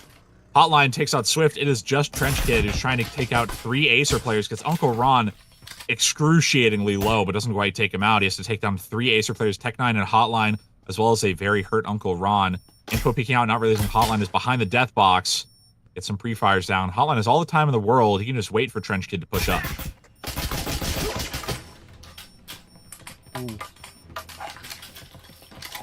Well, nasty finish from Acer. The continual trade out, just trying to get that EMP down, eventually finally worked its way around. It, like you called out, they were Acer was continually baiting out util. They knew that is the meta currently, is just continue util dumping until nobody is either nobody is left alive or until you have managed to get your flanks in position. Luckily, Acer was able to hold out, get that utility down, get that utility baited out, and then put a little bit of their own util to make sure that it was an even man trade to get that EMP down first and then get out and plant. Once that post plant happens on that top floor bathroom site, it is very nasty and annoying to deal with. It is difficult. Not a lot of people can pull off a clutch, especially in a 1v3 situation like that, which Trench Kid was in. We did see it go the way that we normally do, of the offense ends up taking it after that post plant. But Trench Kid didn't go down without a fight. He tried to take out as many Acer players as he could. He managed to get one, almost took down Hotline as well. Yeah, sorry, Chad. The game, for some reason, was like bugging out for me. But hey, we're back into the action here. Acer losing down a player already from Proxy there, as Acer getting ready for this push in the garage. But they've been struggling to get this initial foot in. We're seeing a playstyle, kind of develop since that Flash update, where teams, as soon as they get Flash, they'll throw down a smoke to at least obscure their outline a little bit if players start trying to rush in. Seems to be working pretty well for the folks who are on Garage, but I notice after the switch, both teams placed their trips in the exact same spot on the tire of the van. I mean, I feel like you have to move your trips at some point. That's exactly how 10K was getting kills. He'd move his trips to an unorthodox spot where not everyone puts it. That's how we got, I believe, 4 trip kills within 5 rounds. It's something where you need to change it up. If you put your trips in the same spot as the other team, they're probably not going to fall for it. Regardless, Acer down 2 members. This is looking pretty good for IVI, especially since they can wait out the Acer members. They don't have to stick to a time limit or anything like that until the EMP actually goes down. We do see a bit of a dangerous roam from Tech9 on the other side. Trench Kid might get caught off guard if he's not careful.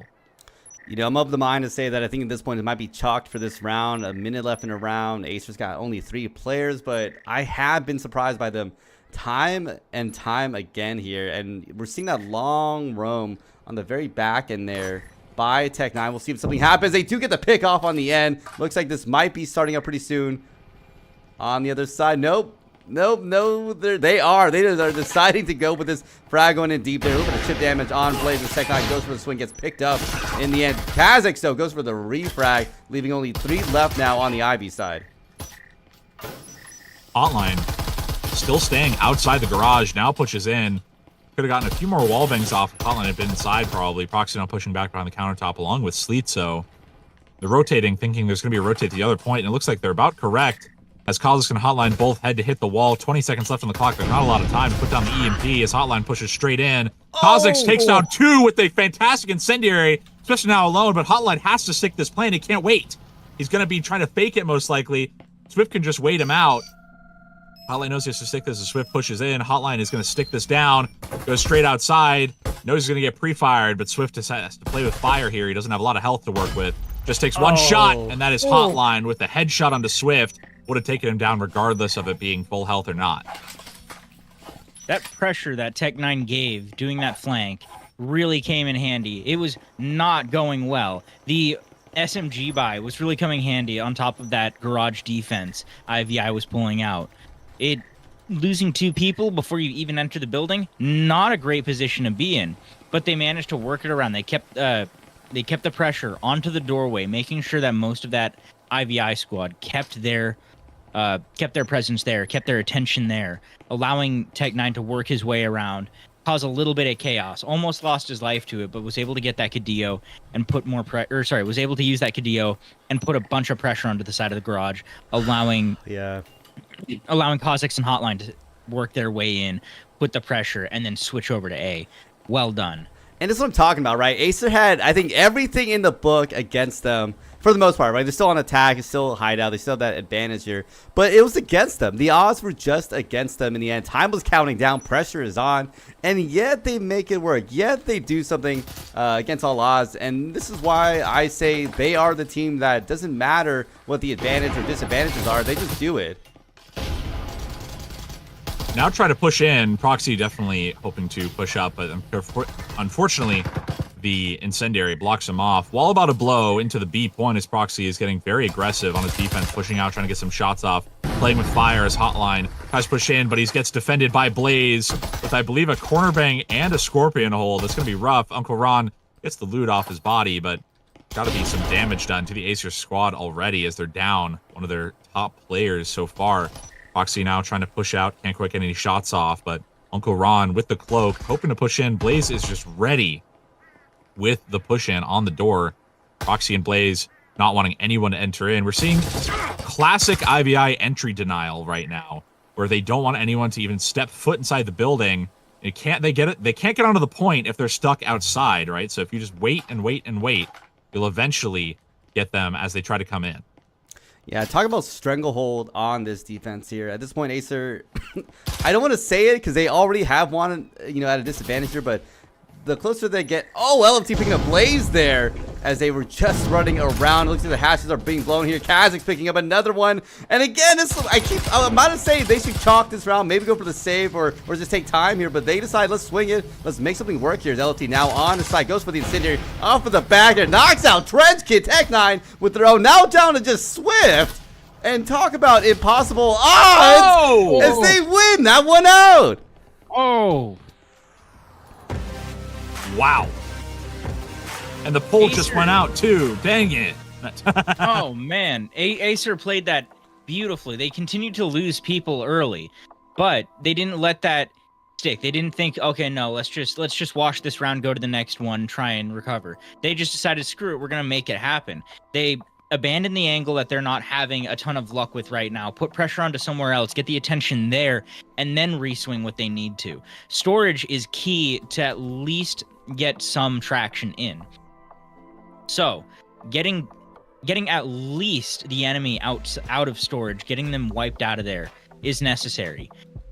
Putting the pressure onto the site itself, attracting some more attention over there, giving one of your teammates the opportunity to push in or to just lean in at least and take one or two people out of there. Excellent job. That created enough chaos for them to get in, start working that plant, start causing even more chaos, more distractions for IVI to try and deal with. Ultimately, and netting them that round, they managed to just cause enough confusion and chaos that IVI tripped up, made small mistakes that ended up punishing them. What a map, guys. That was a fantastic one, and it looks like we're going to be going straight into our next map very soon. This is going to be an exciting one. We saw that for the EU Grand Finals. If you remember, Martini, they just went straight in, no breaks. And it looks like we're just going to be doing that for NA as well.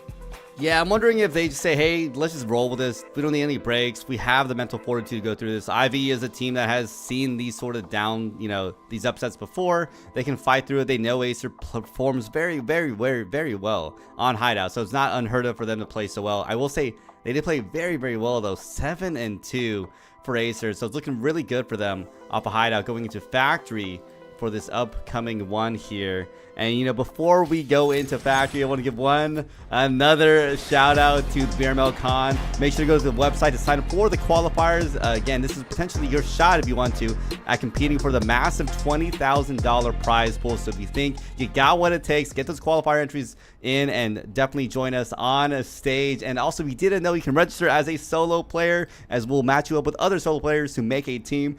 If you don't have your own team already going into VRML Con. So hopefully we can see y'all sign up and see you on stage and cast you on stage, as that will be definitely exciting to see here. But Acer now coming into Factory here on defense, already with a map win, a very decisive one, dare I say. How are we feeling about this? I'm feeling good, and I'm feeling especially good. I don't know if you saw, Martine. I don't know if you're keeping an eye on it. We just did 150 concurrent viewers on the stream currently. Thank you all for tuning in. We're excited to bring this gameplay to you. Jimmy, looking at this gameplay, it looks like a standard play from IVI. What do you think about there not being a roamer from Acer? We've seen that quite a bit. People have really been abandoning the top floor recently. It's one of those. I think we talked about this previously yesterday, where there are those meta plays, there are those meta positions and holds that you normally do, and then eventually the enforcers, or like another team on enforcers, will figure out how to counter that, and then you have to think of something new to counter that. And as we see right now, Uncle Ron is downstairs. This is one that started developing a while ago. It's not quite as common. Unfortunately, Uncle Ron is now gone. That's Bot Lawrence now. That's really unfortunate. As we do see, and unfortunately, actually, the bot gets identified as well, but now it is Uncle Ron again. Trench Kid now pushing down, doesn't see anyone. Hoping to figure out if they can get the plant down. They don't have a lot of a foothold into the point to really get it done. Cleetso has EMP in hand, but looking at the economy over on the IVI squad, they do have a good bit of util, but not as much as you really would want to get this plant down, especially on middle floor on Factory. Yeah, we saw, I think Tech9 tried to play aggressive on that smoke. Might have been a little too aggressive, as I think the full might of the Ivy 3 players on the staircase were shooting them down. But doesn't matter, Uncle Ron responding to Sleetso and Proxy with their own refrag there on Tech9 now. But 3 players from Ivy on the staircase here. That's aggressive. It's Uncle Ron gets the 2K in the end. Oh my goodness. And it's still 2 left from Ivy, but so much health has been traded as they are twins and sharing that 23 health here. 100% you have the health advantage belonging to Acer, and really a lot of advantages belong to Acer currently. They're on defense. They can completely wait these players out as long as they want. They don't need to push. They don't need to do anything that'll jeopardize themselves. Hotline takes out Blaze regardless, and now it's just Trench Kid. Now, normally, if we're in a standard league match, we might see Acer push together and just hunt him down, but I think they're just making sure we really want to get this round off. We want to keep 2 players alive, get some more economy. They're just waiting it out. Hotline and Kha'Zix just waiting for Trench to start a plant. Incendiary goes, blocking him off, but Kha'Zix gets the kill on a Trench Kid. If he pushed instead towards Hotline, he might have taken him down, but unfortunately Kha'Zix was at full health. It's one of those situations of you're stuck in a rock and a hard place. You don't have anything else that you can really do at that moment. He worked with what he had. Unfortunately, Acer was just able to bounce back and get the foothold, get the man advantage that they needed. Uncle Ron really being a key player on that, getting that 2K and getting damage onto the third, allowing his team to have the advantage. 2 people sitting at 23, a lot easier to deal with than 2 people sitting at 100. So once that situation happened, especially with them having a nade, IVI not having any actual foothold into sight. Yes, having it opened up, but not having any actual presence inside of it just gave the advantage to Acer to finish out that round in their favor. Oh man, I mean Acer. Can we get some love to the IVNA players here? Right, I know it's got to be, again, the mental game. I think is one of the hardest things about these games, especially when you're, again, playing against a dynasty established like Acer, and Acer also having a really good rebuilding season, coming off of a strong season, placing again in first place against IB when they were only on second. So I was expecting to see these 2 in grand finals, but both sides, it's gotta be hard. You're knowing you're playing against world-class players, and I gotta stress that because it's not easy, right? A lot of chip damage coming in here on a storage already for the IB players, as Acer now trying to prevent this from moving any further. Well, and I gotta say, when it comes to IB, I gotta stress this again. IB is playing against their own world-class players. In the case of, I believe, 2 players on the field currently, where they're playing against folks who they played with for a while. They have, some good chemistry with that. Unfortunately, went to the other side. It's going to be rough for them to take those players down. LFT, Uncle Ron, and Tech9, all 3 on the point, hoping to take them down. Tech9 may be thinking about pushing out into storage, but I don't know if that's going to be a good idea. We did see Proxy during the semifinals push straight through this door into point, but it's clearly something where you don't want to do that. against this Acer stack. They're now going for an A rotate. Hotline was ready, so was Kha'Zix. Kha'Zix takes down one, but now IVI's push is a little in disarray. They're down on health. They only have really as much health as one full health player. The rest are only 54, 9, and 31. EMP starting to go down as Kha'Zix takes on one, LFT takes on the other. Slitzo's out in the hall, gets double pushed by LFT and Hotline. It's not something you want to see. And there's Blaze getting double pushed again by LFT and Hotline. That is a 2-0 lead for the Acer stack, and what a way to go for those players. This is why we know, LFT and Hotline playing numbers is so important for these stacks. And that is just an unfortunate situation that IVI got put in. They did the switch up. They did it mostly right. However, when they blew the wall, when they started getting set up in electrical, they got stopped. They got held up. They stalled out. They weren't able to get any more movement for a second, which allowed Acer to just completely rotate around, solidify themselves up, get one pick from Kha'Zix. And after that, it started becoming an uphill battle, especially with the health differentials happening, where IVI was just lower. Every single person was hurt by some degree. It became a very difficult push. They tried to do it. Proxy tried to get that EMP down and get it planted. Just not enough cards in their favor to be able to pull it out, though.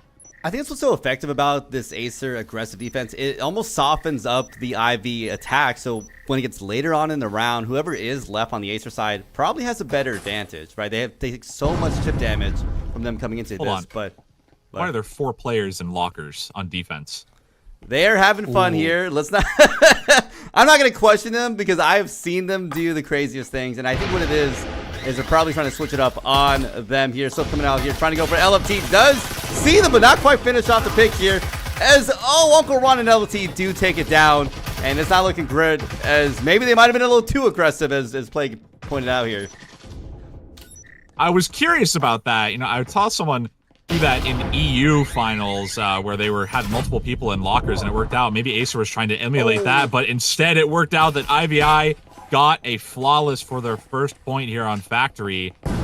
Maybe just a little too aggressive for the Acer stack. That was probably caught that on the webcam. I squinted my eyes. That was a confusing thing. I almost started scratching my head in confusion.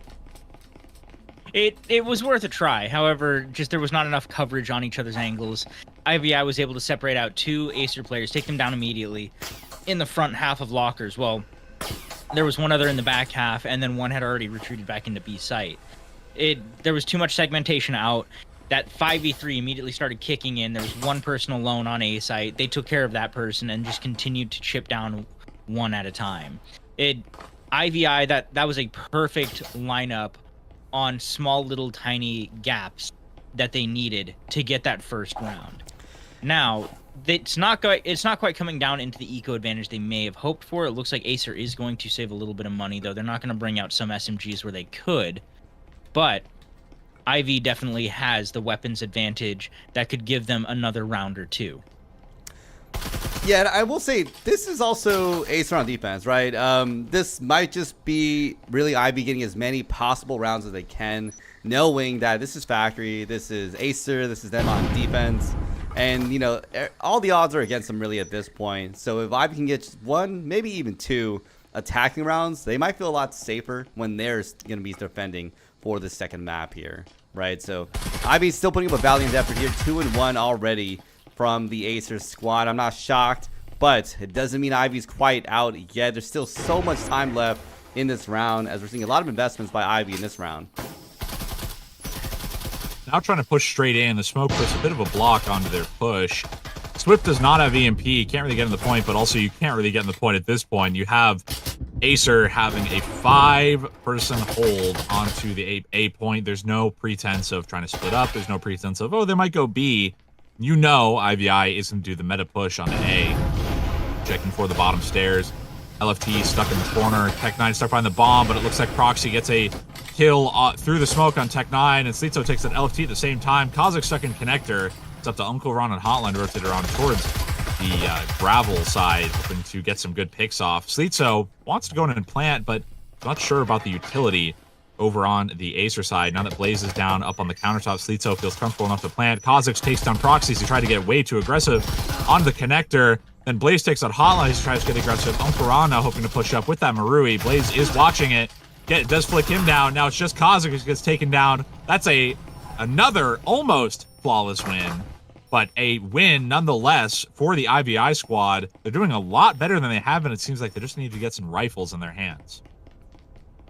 Definitely. Especially that weapons advantage really kicking in on IVI. Another thing that they did that was really helpful was they just began pre-firing and ego swinging as much as they could to try and displace some of those Acer members. A lot of Acer's picks have been off timing swings and peaks.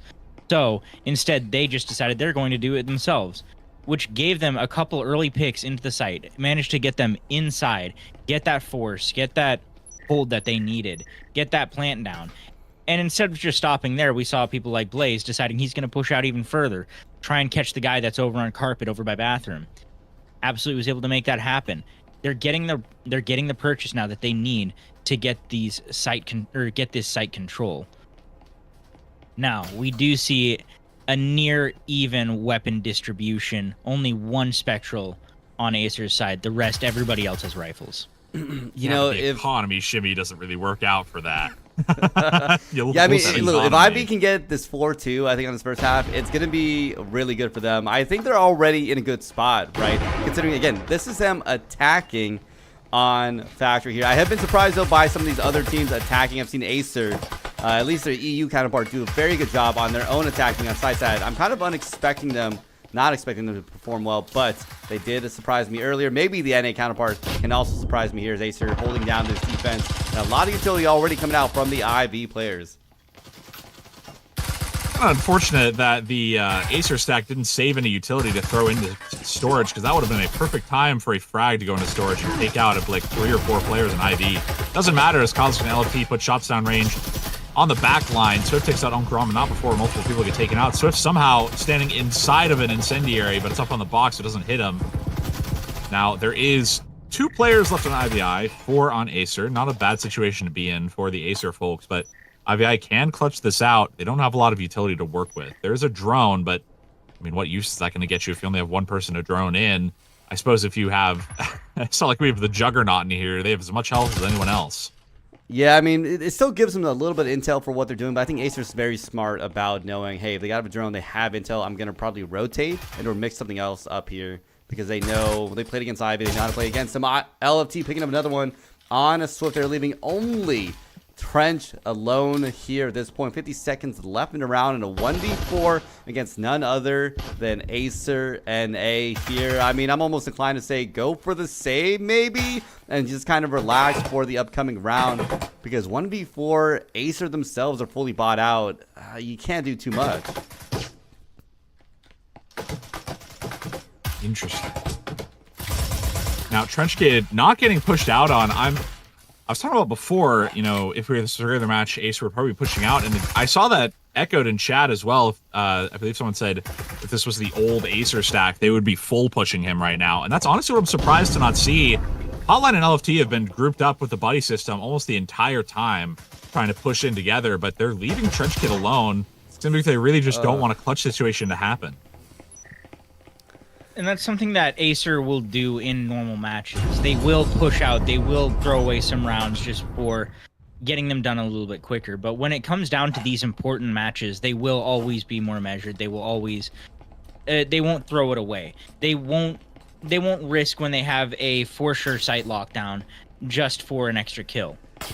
And as you had mentioned, yes, the economy is still really good over on IVI side. They managed to full buy onto that.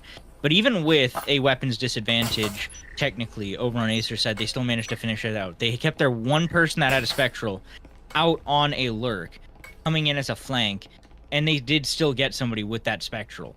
It's very good usage of resources. But IV still able to come back. They have 2 rounds in their pocket already. They're not in a bad position. If they can get this final round on the first half, they're going to be sitting pretty for their defense.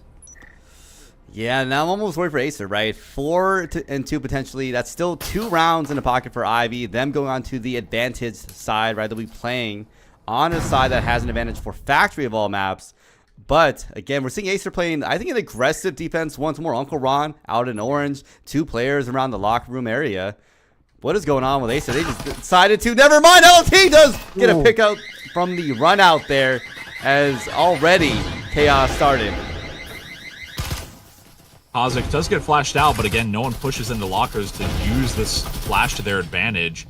And it goes through as well. Slitso gets blocked off from it as Swift pushes back outside the window, hoping to maybe flank on Kazik if he's not careful. They could have full control of A if they really wanted to, as Uncle Ron and Hotline are both into almost the back connector. They're pushing up towards the wall as Swift goes alone into lockers. This could not work out if they're not careful. Kazik's on a lean peek into lockers. Can't help his team too much if he's not there. But Slitso does get hit by an incendiary that nearly takes him out, actually. He gets slowed down quite a bit. But Acer down to a 4v3 favoring the Acer favoring the IVI stack. Not a good situation to be in if you're Acer, especially with Kazik so separated from his team and possibly about to get flanked out by Slitso. You just don't want to have this situation where you're on a 2v3 on point. Yeah, I mean, Ivy really slowed down this attack at this point. I think being mindful of Kazik in the back end there, but Uncle Ron and Hotline are holding the front line here. Blaze picking up another one on Hotline there. Only 2 left there. I don't know. Kazik still playing on the back end, maybe trying to throw off the IB players, but as long as Uncle Ron can hold that A site by themselves, they'll be in good form. But Kazik is picked up as it now comes down to Uncle Ron, and they get picked up too as Slitso getting that 2K to win out that round. And that is, honestly, I think an ideal place for Ivy. This is really, really good for IVI. This is the lead that they needed going into this second half. They didn't have a great first map. Hideout was not exactly in their favor, but they're making it work on Factory. And this is, again, one of Acer's better maps. If they can pull out a solid win here, they might be able to get a little bit in their heads, little rent-free in there, and have some mental anguish and baggage carry over into the next map.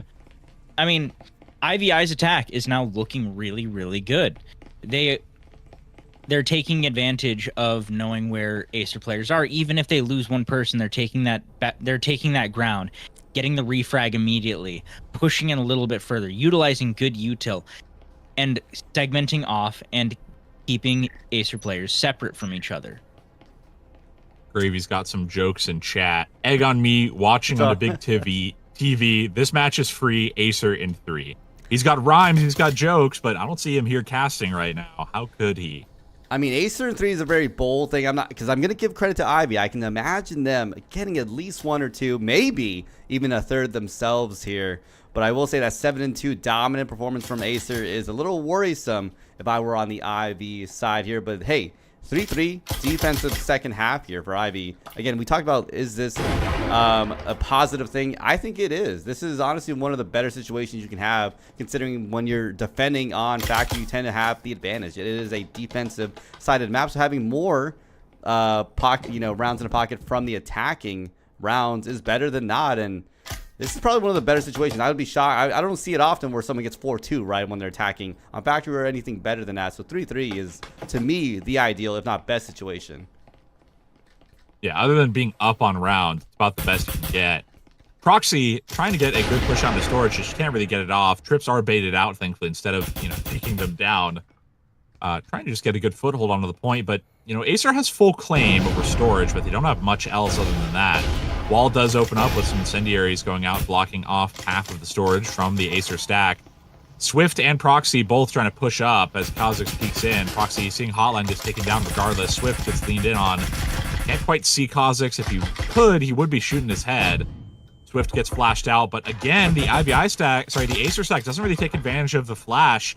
They're just kind of waiting and it goes away and doesn't really affect IVI at all. Yeah, beautiful flash coming in there. LFT, though, getting knocked down as they try to capitalize on it, funny enough, and it still didn't work out in Acer's favor. This hold by Ivy is looking very, very strong right now. But again, 40 seconds in the round, Swift taking a lot of damage, Trench themselves taking a lot of damage, and that's something I've noticed. Even with Acer on the attack, they do so good at giving so much chip damage to the other team. Ivy, the defending team, still receiving so much chip damage, but as Swift gets taken down there by Kazik. Tech9 pushing in, doesn't check his corner, gets almost taken out by Trench, doesn't quite. Hotline taking the opportunity to push in with Kha'Zix, with Blaze on connector, does take out Kha'Zix, but Trench does nearly take out one, with Trench taking out another, and Blaze gets taken, Blaze takes down Tech9 to win the round for IVI. That was a hard-fought round for both these sides, but it just came down to the defense from IVI. They anticipated the rotate, and it worked out for them well. IVI was able to take a lot of picks that they needed to. They held disciplined positions. They didn't overpeak, overswing anything. They took gunfights that mostly they knew they were going to win. A couple things didn't go in their favor, but they managed to solidify to where Acer couldn't get a purchase. They couldn't get that ground that they needed to get any sort of plan, to get any sort of better positioning.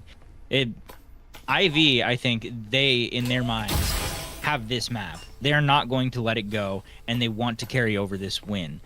I mean, of course, that's a given that they want to win, but I think they actually genuinely believe that this is going their way, and this is showing now.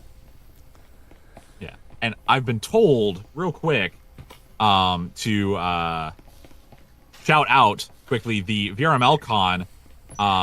We're going to see probably both these teams at the VRML Con this year, 2025, 25th through 27th of July. Both these teams coming out, trying to get into the open qualifiers in July. I want to see you all there. We'll have all the casters there. We'll have a lot of players there. We have open spots for, I believe, about 15, maybe teams, a little bit more. We hope to see you all there as we're getting into this. Hope to see all of these players there too. Yeah, I mean, we've seen Acer perform well. We've seen IV perform well. I would not be shocked if they were trying to compete for that $5,000 prize pool for the Breachers tournament. Again, they could also apply across other tournaments and place well. As we know, both of these organizations having several teams across several different leagues. I wouldn't be shocked if they did multiple entrances either here. But Acer getting ready for this attack as IV already off of a win from that pistol round here. And they're playing a little aggressive. I mean, Swift having an all roll in hand, Proxy all roll in hand. Both of these players we know are entry fraggers. They make good picks all the time. Definitely a riskier buy from the IV side. Definitely a big gamble in this round. But if it comes out, I'm pretty sure they'll be happy about that. Acer themselves kind of going all in. Not all in, but, you know, a good amount in with 3 SMGs in hand. French Kid and Swift both on one side, trying to throw out, I believe, some utility, but the smoke is a little bit awry. LFT wants to push in and plant. He's standing on the box that normally people put the procs on, and he's just getting a free plant. I guess they're avoiding the incendiary. He gets the plant down just in time for the grenade to go off. Now the entire IVI team swarming out of their hiding places, heading straight upstairs. Hotline up front and Kha'Zix all up there. Takedown one heading up the stairs. Swift and Sleetso going up the stairs one at a time, just feeding these players up top. Now they push together, take down one. Hotline takes down another. Sleetso pushing down, gets taken out by Kha'Zix and Hotline. It is just Trench. Unfortunately, the rest of his teammates were heading up the stairs one at a time, got taken out. It's up to him to take down 3 Acer players. They're surrounding him on all sides. 1 on top of the stairs, 2 on the hatch. He now pushes the top stairs, takes down Hotline. Could get pushed on the hatch, but he has no time to defuse. It's just about getting these players down, getting some good utility, and getting out of there. I mean... That was goofy. The advantage that Acer took of seeing all the util placements that just happened, seeing, okay, there's so many smokes on site, there's so much incendiary on site, nobody can see anything happen. 1, 2, nobody can move towards anything except for our planter, who can just barely get in enough. And the fact that the plant went down with not a single person's life lost yet is insane. That's not something you see very often in general, let alone at this master tier. LFT getting that plant, sacrificing his life to that nade just in the nick of time, and then seeing IVI scramble, being like, oh man, the plant is down, we have to go. That is already a tough plant to deal with. That hatch plant is annoying as heck. But when you have 4 post plant setups that you have to clear out, and they can just sit there and blind fire their way to a victory, it's a lot to ask for, even when you have 5. I mean, again, Acer making things, I feel impossible, right? They're on the attack right here. They shouldn't be able to get that many attacking rounds here. And yet here they are even with IV and A when they, were even at this half. I think it's anyone's game. Dare I say, we might see an overtime coming up pretty soon here as we're slowly trickling towards that 6-6, and I'd love seeing an overtime clutch round here as Acer getting ready for this push onto A side here, maybe going for that hatch play. Now trying to just get some peeks off. Hotline does almost take down Trench. Again, we saw 3 people, now 2 on lockers, just trying to get a lot of players dedicated to it. LFT and Kha'Zix on the back line, hoping to take down Covey Wall. Just trying to get each other's defense and offense down, trying to make sure they can figure out where these players are. Uncle Ron play spacing in a little. Dude does throw a flash in, but again, they don't really do anything with it. They don't run in, they don't throw any more util to make sure they can't really see it. Again, another flash goes in, and no peeks, really. I'm just somewhat disappointed with the flash usage overall from a lot of these teams. Yeah, so much flash, not really much taking up the advantage here. LFT, though, going to be taking 2 frags to the face. Blaze, though, knocking him down for the count. This is 4 players left against the 1 on Hotline. Even though this is a beautiful hatch play, I don't know. This might be a little too risky, taking on 4 different players. They're going to be blind firing as Blaze somehow able to barely get their hand in the corner there. Sticks it. No, they can't stick it as Hotline gets the 2K. Can they get 2 more, though? No, they can get another one. It's now Swift and Hotline. I mean, talk about having the advantage. And again, Acer making it work. Oh, my God. Oh, my God. That was so funny to watch because he got up on the desk, and I thought, honestly, Hotline was going to get upstairs, and then I watch him look around, and then he just abandoned ship. His other 2 teammates inside point, he abandoned ship, climbs out, and goes up on the roof, but what else are you going to do there? You're stuck inside the point with the rest of those players. You kind of have to go up on roof, realize, hey, this is our best strategy. Honestly, I thought they made a bit of a misplay, climbing up on the bench and planting the EMP where they did, because I thought it was actually out of view for Hotline up in the hatch, but it actually worked out perfectly, allowed him to get an even sharper angle on the hatch than you normally could with it down on the ground. Yeah, he had such an odd little angle that nobody could grab him from. He was just able to stick his arms up and just abuse his own play space to get that blind fire straight onto the EMP and just chip people down. That was so close. That was so close to going into Ivy's favor. They had 2 ticks, and one of them had the third like at 70% before they died. It was so close, but that little tiny sliver of blind fire working so well for Acer. You know, we're talking about chip master. I got to give it to Acer. I don't think I've seen a team so consistently knock out so much damage on another team and not die, right? And it allows them to have situations like that where there's so much chip damage, it's easy for a player to win a 1v4, by the way, a 1v4. And, you know, normally I call the hatch plants to spot a very strong one. Trench picking up a shot over there on Uncle Ron. I normally call that hatch spot a secured one. But when you have 4 players, it's so easy to have one person just go in, stick the plant, and, you know, 3 other players blind firing at that hatch, right? And yet Acer showcase you can still win a 1v4. Trying to get into storage, we saw a lot of utility being traded back and forth. There's just not a lot of work with on the IVI squad right now. They only have 2 incendiaries left over now. Nothing to really block off the storage if they want to block off the plant as well. Hotline going for some foam up on the wall. Tech9 watching the flank. Flank watch is very important at this point. We've seen both teams get some fantastic flanks down. LFT peeking in onto connector. Swift in his normal spot. Trench Kid on a lean peek out in connector, hoping to get anything down they can with an incendiary. Kha'Zix takes down Swift with a fantastic pickup over behind the bomb, but he gets replaced by Trench Kid. Hotline now up on the box, hoping to take it down Blaze, but Lito watching on A is going to make sure they can't get flanked out. Right now, the Acer stack is a little bit stagnant inside the storage area. They don't have a lot they can work with. They need to get some good information going in order to get something, you know, this play moving. Yeah, time's ticking down here. 40 seconds left in the clock. Acer's got to make some kind of movement. We've seen rotates onto A before. I wouldn't be shocked if we did that. Oh, Proxy getting the 2K on that swing there. And Trench with a follow-up on Kha'Zix. And, of course, Blaze cleaning it up in the end. You know, you want to think Acer's got to have it, but I will say Ivy is fighting for their life here. They're still very much in the game. It is not over until it's over here. And I'm telling you, it might be overtime. That was very insane. Proxy managing to turn the entire tide himself, doing that quick run out and grabbing 2. I thought it was not going to go his way, but he proved otherwise. You can see the paranoia that IVI though has against another plant like that, putting ceiling trips, trying to avoid any chance that could that annoying hatch plant could happen again. They are countermeasure after countermeasure, just blow for blow. This single map has been insane. This has been fantastic, but I have to talk about the stream chat right now.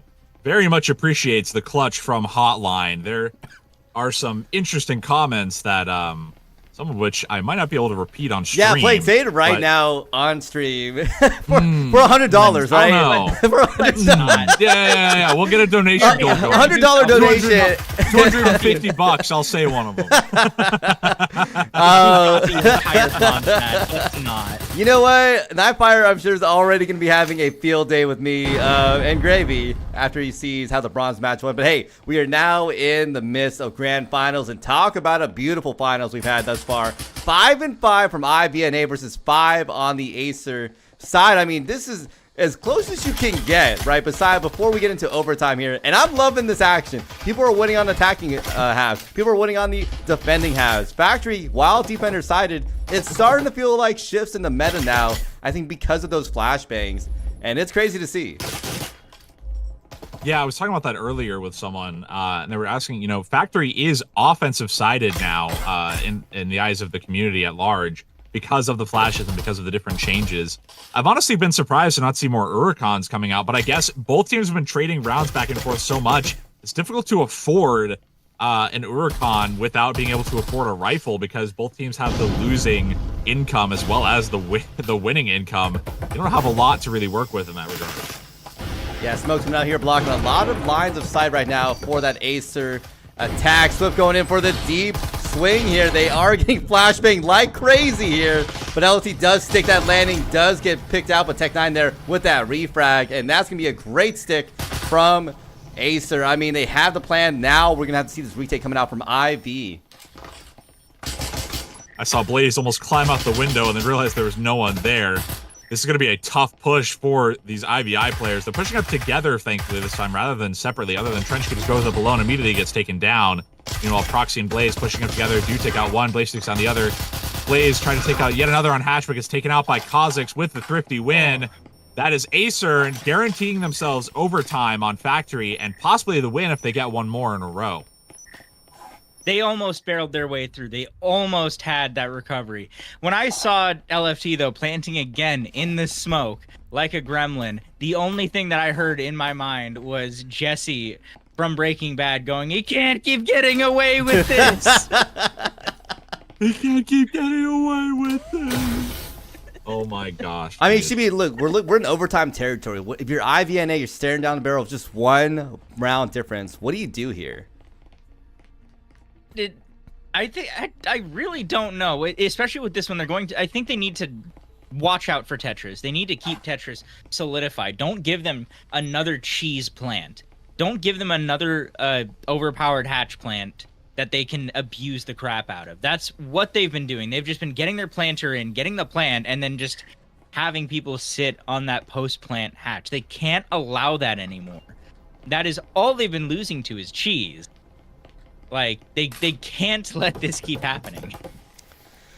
Yeah, cheesy plays for sure, but cheese tastes good right now to Acer, I'm sure, as they're staring at that prize pool. $2,100, by the way, USD. Apparently, we got to clarify. $2,100 USD here for the #1 team in NA. LFT now coming down onto this area. 3 players in the locker rooms there. An aggressive defensive play right there from Ivy as they get picked up by Kha'Zix there already. And Hotline with the follow-up there, leaving only Swift, but a beautiful trip mine for the refrag. Again, we're seeing this IVI stack. They were all on that lockers. They all had numbers, and they pushed one at a time, getting taken out by the stack. But still a 3v3 health advantage belongs to the IVI stack, so they came out on top in the end. LFT does get healed up, but again, they're going to be going for the same exact cubby plan as before. IVI doesn't have anyone in the cubby to block it off, as well as believe there's a roamer coming through on the other side from Tech 9 into B. But I think he's actually been identified by Swift, climbs back out the window. He knows he's been seen. Acer has a good amount of time to get this down. They just need to start the EMP plant. They might be trying to psych out this IVI stack and make sure they waste a little bit of ammo, a little bit of utility, try to block them off from getting any information at all. Yeah, we'll see what ends up happening here. They're being mindful of Tech 9 being on the back there, but they got to be very, very, very careful because Acer still has a minute left in a round. This isn't impossible to come back from. This isn't impossible to make some kind of action here, but Trench and Tech 9 so close to each other. It's going to come down to timing as Trench does knock down Tech 9 for the count. 2 left now from Acer as they pick up their own there. Now 2-2 as, again, these two are fighting for potentially either a win or an overtime from Ivy.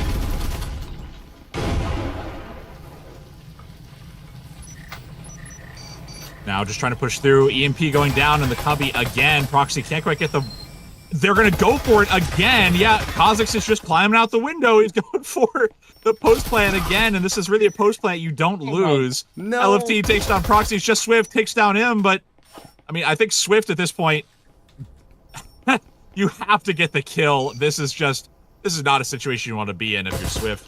Kha'Zix knows he can just wait Swift out completely. Swift just baiting Kha'Zix out. Kha'Zix really playing with his food at this point, knows that Swift won't be sticking that plant. This is just playing with his food. He's not going to get this kill. This is rough to watch, guys. Oh! Oh, yeah. Man.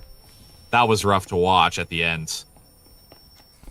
That after all of that, it came down to another hatch plant. Of course it did.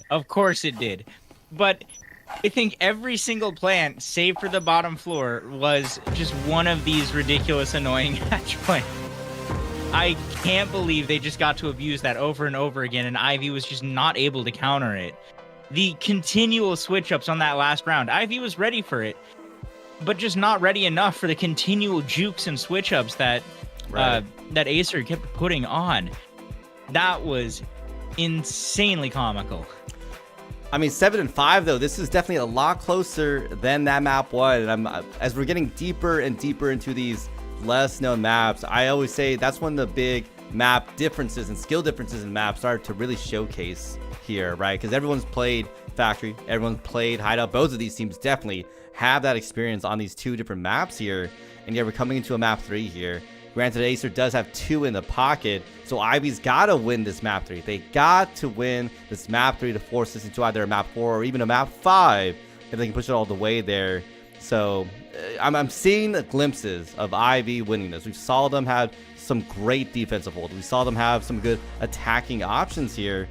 But you're right. It's just some of these plays, Acer's replaying them time and time again. And yet they're also mixing them up, right? They sent Tech 9 in some weird off flanking role. They had Hotline clutch a crazy 4-1, hatch play there.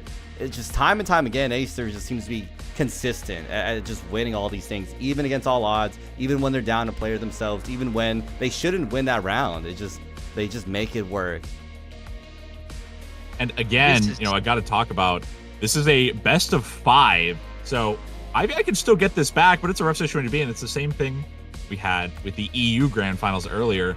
Acer EU was up 2-0, and we said, hey, there's a possibility that Valiant could get it back, but they just couldn't. Maybe IVI are the ones to do it with their back against the wall. They won last season. We'll see if they can do it this season. Get into that next map soon, but I want to talk about, I really want to see these teams utilize their flashes more. We haven't seen them make full use of these new flashes before they really get, studied and put into the meta.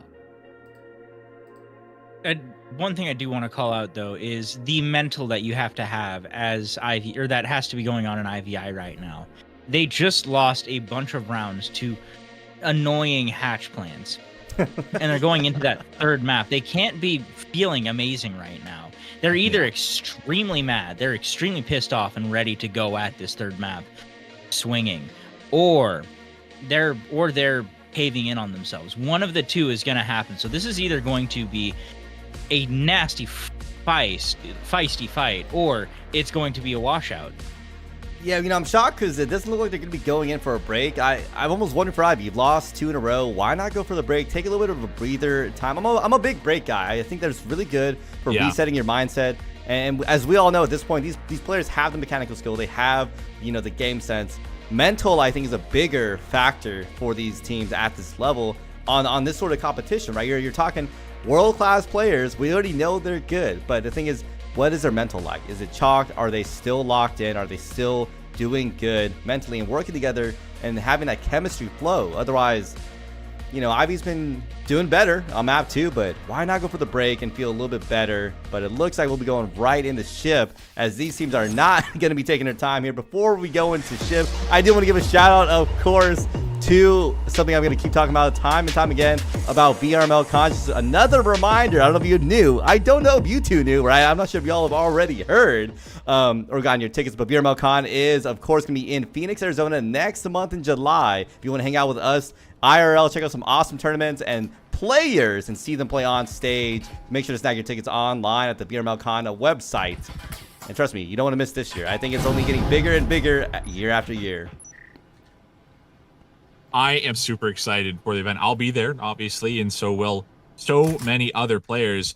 But talking about this real quick, we have a very, very aggressive defense from the IVI stack. Slitzo, Swift, Proxy, and nearly Trench all off of the point. Meanwhile, Blaze was on stairs, got flanked out by Uncle Ron. Uncle Ron hoping to rotate down the stairs, but Proxy is ready. Good info from Uncle Ron, seeing Proxy down the hall.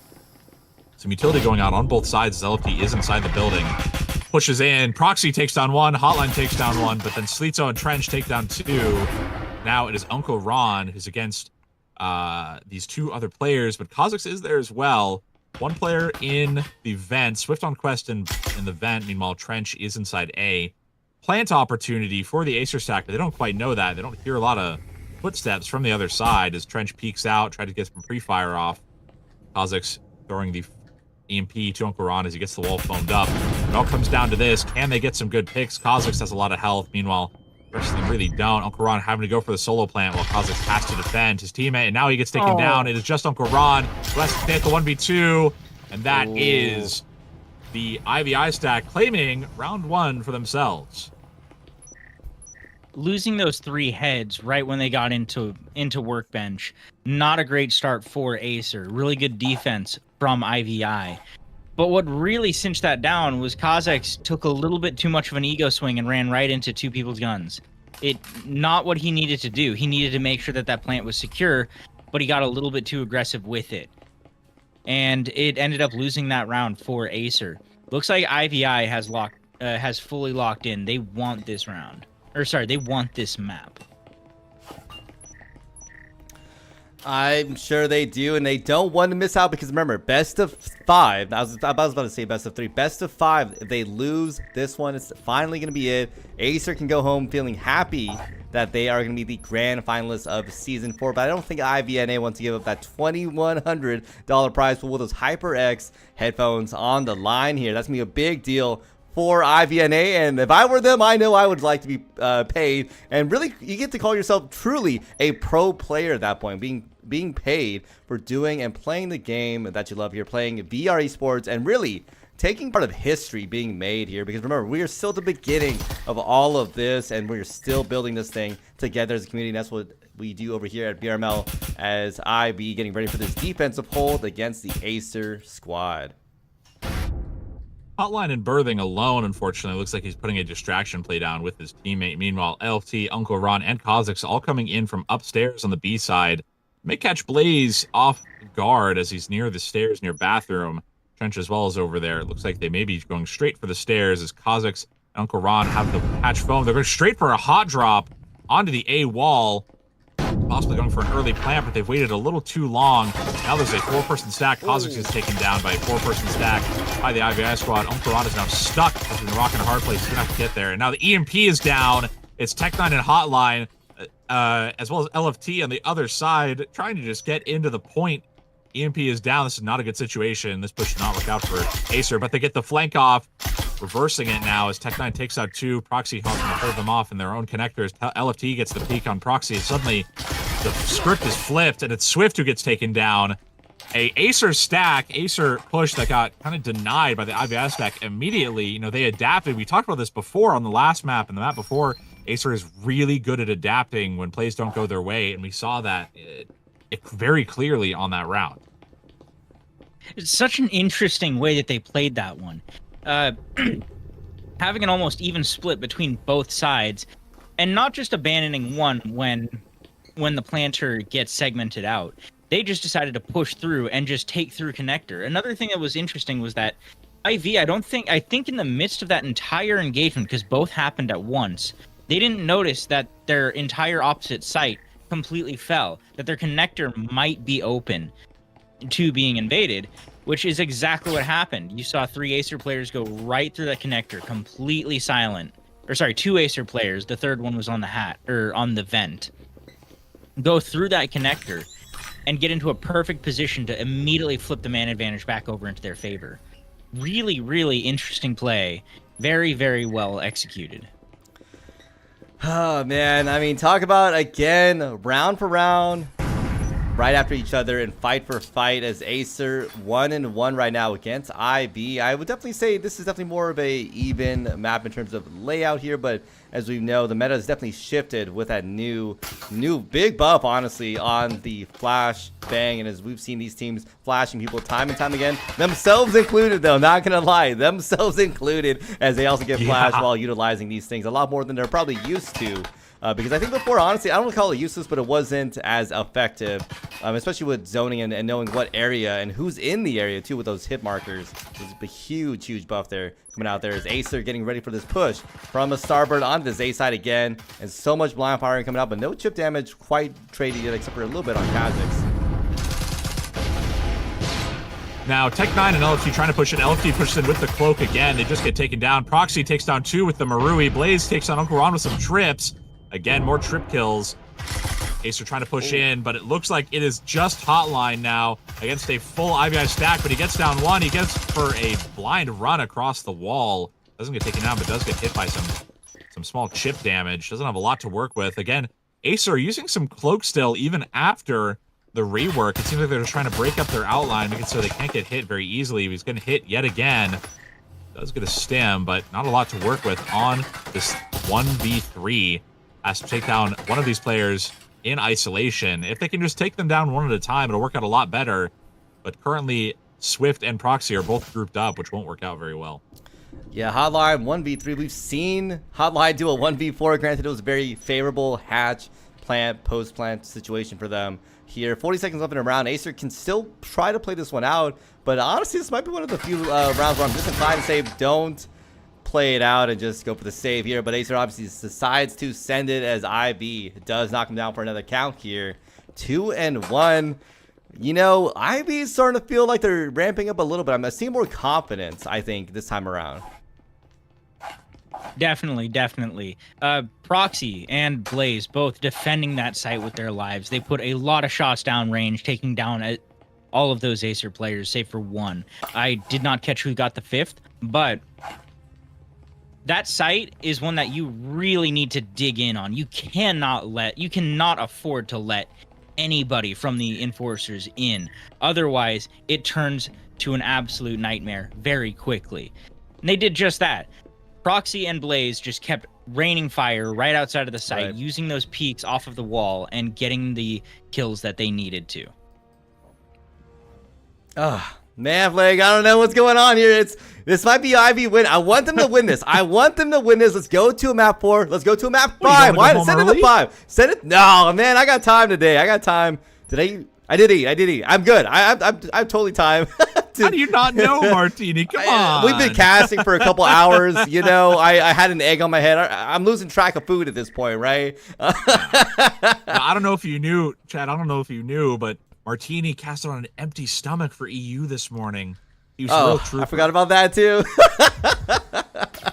Yeah, it's been a long day. Yeah, but I mean, you definitely know, Plague. You've been casting for a long time today too, so it's been a long day in terms of casting hours. I even took a nap, honestly, between the NA and EU side of things. I'm like, let me just go take a nap, and then I ate after that nap, and here we are into the midst of the grand finals for day 2 for the NA region for the $3,000 total prize pool, but obviously, of course, $2,100 for first place here. A lot of chip damage coming out here on a Kha'Zix with Proxy knocking out LFT as they were not expecting that. Through the smoke, I believe, too, right? Yeah, I believe through the smoke. Don't forget $2,100 prize pool for first, as well as HyperX headphones and HyperX earbuds for number 2. So, you know, there's some gear on the line, too, from HyperX. It's going to be fantastic to see what the teams do with those. Hotline and Kha'Zix both pushing together inside towards medical. IBI, all full health, just waiting for them on B, like sharks smelling blood in the water. Tech 9 waiting up on hatch. Does have a spectral, but not much else. He kind of just pushes straight back out. What do you do if you're the Acer squad? You're down on guns, you're down on economy, and you're down on numbers. Can't really claim any numbers off, and IVI knows it. They're not feeding any kills. They're not going in alone. They're all grouped up in a bunch, but not in a straight line, so they can't get collided.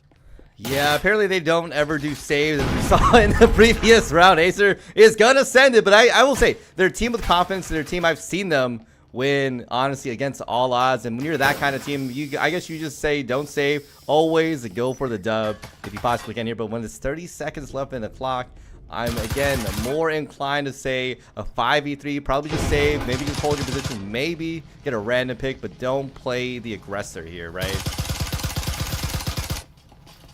Yeah, no, Tech 9 looking to maybe push down the hatch. He pushed down into the hatch directly on top of an incendiary. He gets taken down. Blaze takes down his teammate after his teammate takes down Hotline.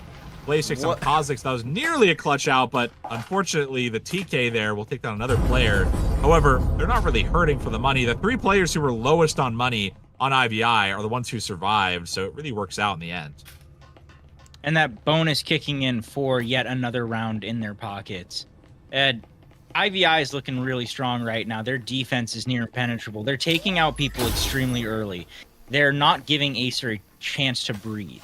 Any lulls that happen in the action happen more or less on IVI's terms. As you saw, they got those picks and they immediately congregated back into sight. Decided, okay, this is where the next engagement's going to happen. They're dictating how this ship map flows.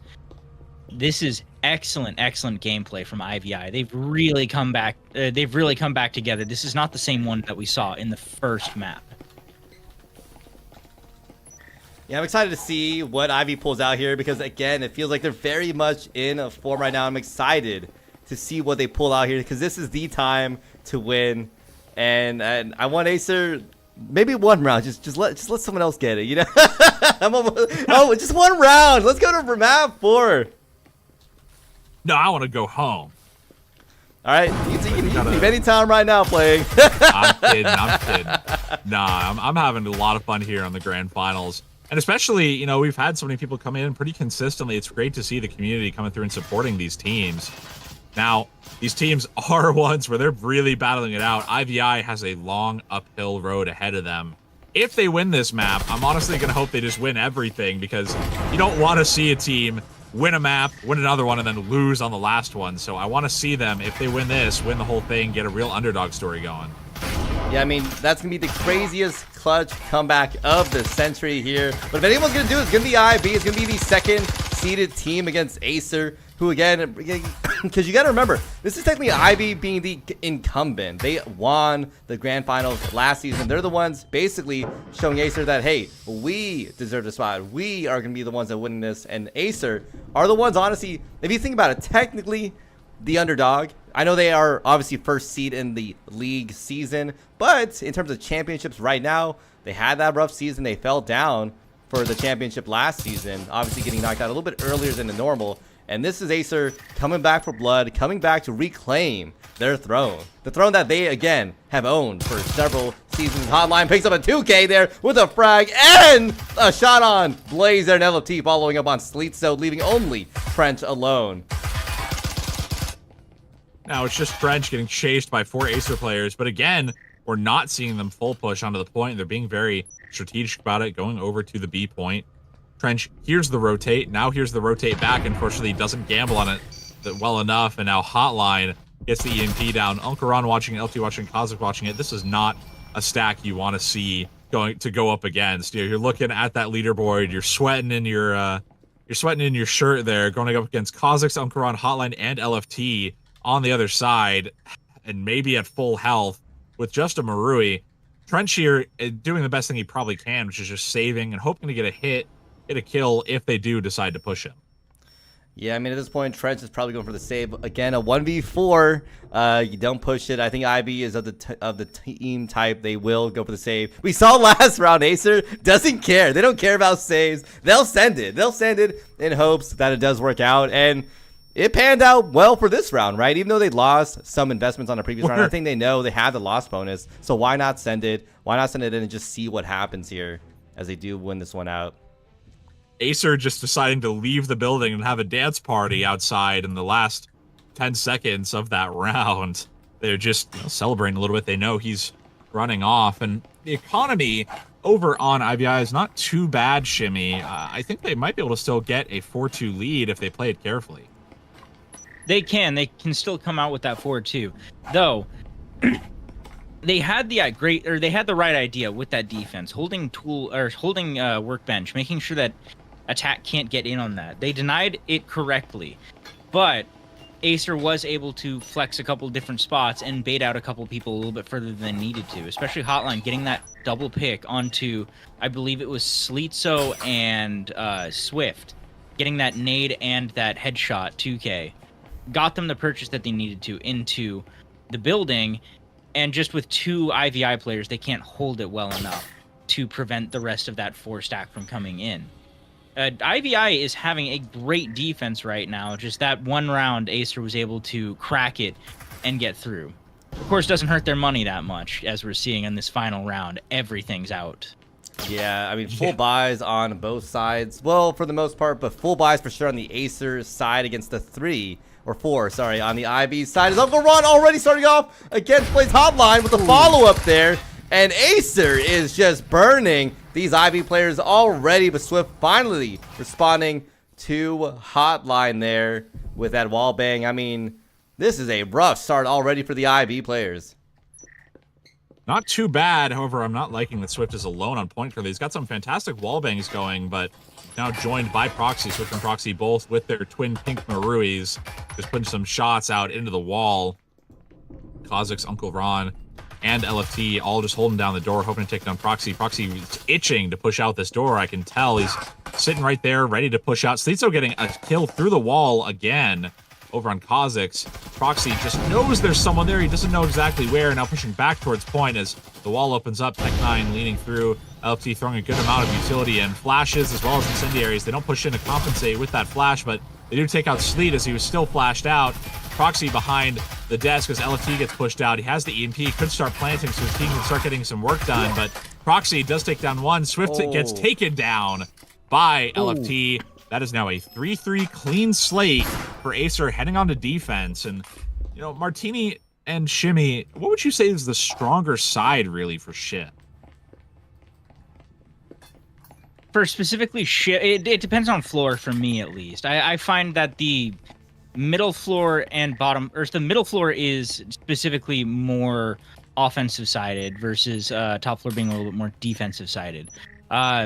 While the bottom floor, I think, is kind of an even split. It depends on how you're attacking it, where you're attacking it. A lot of people I've seen so far in the chat do find that Ship is more defensive sided. I can't disagree with that general statement. I just feel like it differs too much between floors. That being said, defense might be a little bit easier in this situation, as we've seen Acer have a very, very difficult to deal with defense.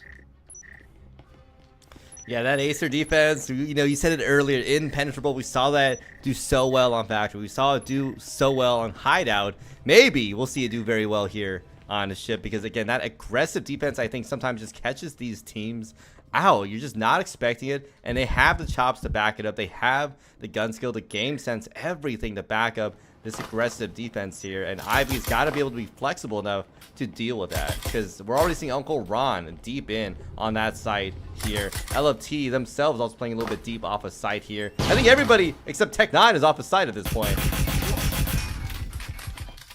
Oh, it's so funny, those new flashes. We're watching people They get flashed and they immediately just walk straight into the nearest wall. They can't tell anywhere where they are. They just walk straight into the nearest wall. Hotline stuck behind the box, unfortunately, stuck between medical and birthing. I'm surprised to not see Slitzo or Blaze rotating around to try to get him while he's, under fire. Throwing out a smoke into birthing, allowing Hotline some cover, still has to block off. Proxy and Swift both trying to push through. Proxy getting some shots down range over near Hotline as Tech9 pushes straight in, takes down one, gets taken down by Proxy in return. But Tech9 and Kha'Zix take out the two who were on medical. It's now a 3v3 health advantage, still belonging barely in IVI's court. I mean, yeah, a lot of chip damage on both sides here. We got Kha'Zix holding a lot of health in hand, 100 here. Flash coming out there. Can they follow up? They're getting a lot of shots. Proxy, though, getting picked up by LFT, but Slitzo knocking down for that refrag, leaving just Kha'Zix in a 1v2. Not impossible for Acer as they got the one against Slitzo. Can they finish it up, though, against Trench? That was a fantastic shot from Kha'Zix straight onto Swift's head. Or sorry, Slitzo's head, who is up on the countertop. Now it's just Trench Kid. It's really a battle of who can get the first shots up on the other. If you can get the other down to one tap, it's going to be a lot better. Kha'Zix, again, down to 3 health. He has to get double headshot on Trench and don't get it down. And he gets the shots off. Taking down Trench. That is Acer picking up pistol round after switch. What a series of shots from the Acer squad. That was a contentious round. I do have to correct myself also real quick. I misspoke. That floor was more defensive sided just specifically because of the choke point that you have to deal with when approaching B. Wait, Shimi's wrong? Shimi's wrong? Off the analyst desk. Off the analyst list. Off the desk. I misspoke. My words were wrong. He's correcting himself because he was wrong. Yes, I was wrong. But either way, no, ultimately that choke point just became another issue. As you saw, the hard hold inside of Medical Bay from Acer. Right. Ivy was dealing with it very well. They were getting early picks. They were pulling people off of it. They got bodies on the floor, but they weren't able to deal with it well enough. A couple unpredicted swings came out. A couple 2Ks happened, and it just chipped down their manpower. It did end up in a 2v1, but Kha'Zix just by the skin of his teeth with some beautiful shots managed to seal that up for Acer. I mean, Acer again showcasing why they're Acer, but I want to see Ivy fight back. I'm hoping that was a round that was just not working out in their favor. Even again, they had the player advantage at one point with that 2v1 against Acer, but as I've said time and time again, advantage doesn't mean anything. It means a diddly squat apparently to Acer, as they already start off with a 2K there from Hotline, and that is a S++ frag for sure. That was a fantastic frag. Got some damage on the backline and threw in the security frag, really, to make sure they secured it. There happened to be another person there. Another incendiary onto the backline, allowing them to get some good kills. Swift gets pushed straight in, gets taken out by an extremely aggressive defense on the room. Now Proxy trying to take these players down. He doesn't want a flawless for the other side. Now Kha'Zix takes on Trench, potential for a flawless, but Proxy takes on one, gets pushed out by both LFT and Kha'Zix. That is now a 5-3 lead for Acer. It's not looking good for IVI, but this is definitely still salvageable. Yes, again, if you hold that workbench on that bottom floor, you can really, really shore up a solid defense. That workbench is the critical point in the entire site. As we were talking about catalyst rooms, that is one. That is one where if you can get a hold of it, you can completely decide the fate of the rest of the round. And unfortunately, IVI just was not able to get a hold of it. If you can hold a solid defense right there, it is impossible. And even as hard as people like Proxy were trying to just get picks, there just was not enough to do. There was not enough for them to do to be able to swing that back in their favor. But we see heavy rifles coming out from both sides. Save for Acer, looks like they're going to elect to save a little bit of money and run a Viper and an Omen instead. This, just by the gun differential, they might be able to squeeze out another round in their favor for IVI. This is top floor. They have the ability to go take the bridge and deal with it. Yeah, moments like this, I kind of wish maybe if the game, for at least for like these competitive league matches, if they could take a mid-map, break.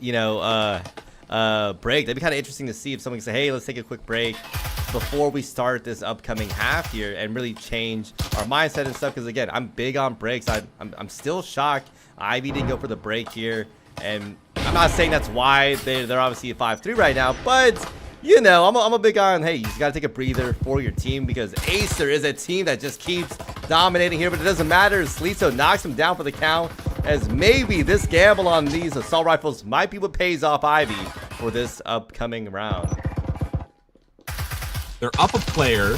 They're up a good bit of economy currently, as we do see 2 SMGs over on the Acer side, but definitely not unwinnable on either side.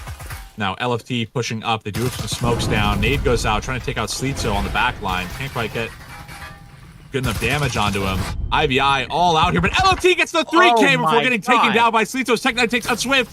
What a reversal of fate. Is just Slito, but Acer needs to be careful not to push him one at a time. He's holding on to a Marui, so they just need to play together. Hotline going alone into the smoke, might get taken out by Kazex. Sorry, without Kazex, as Kazex is sitting up on the table. They need to play together, play their numbers. If they play separately, if they ego Slito, they could find themselves in the other end of a Marui. That's not where you want to be. Hotline getting some play spacing down. Kazex watching above the table. Slito about to push in. We might see a takedown, a 6-3 lead. Kazex gets some shots down. Hotline pushing up alone. Throwing out some utility. Flashing the other side. Slito pushing up, but he gets taken out by the trips! Oh. LFT with the ego swing. LFT with the triple ego swing. Fantastic work. So, getting that getting that 6th round in the pocket of Acer. It is 6-3 right now. The backs are against the wall for IVI.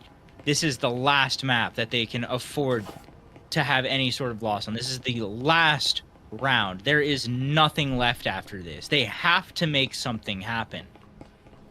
We can't have Acer as an organization getting 3-0, 3-0 on their finals.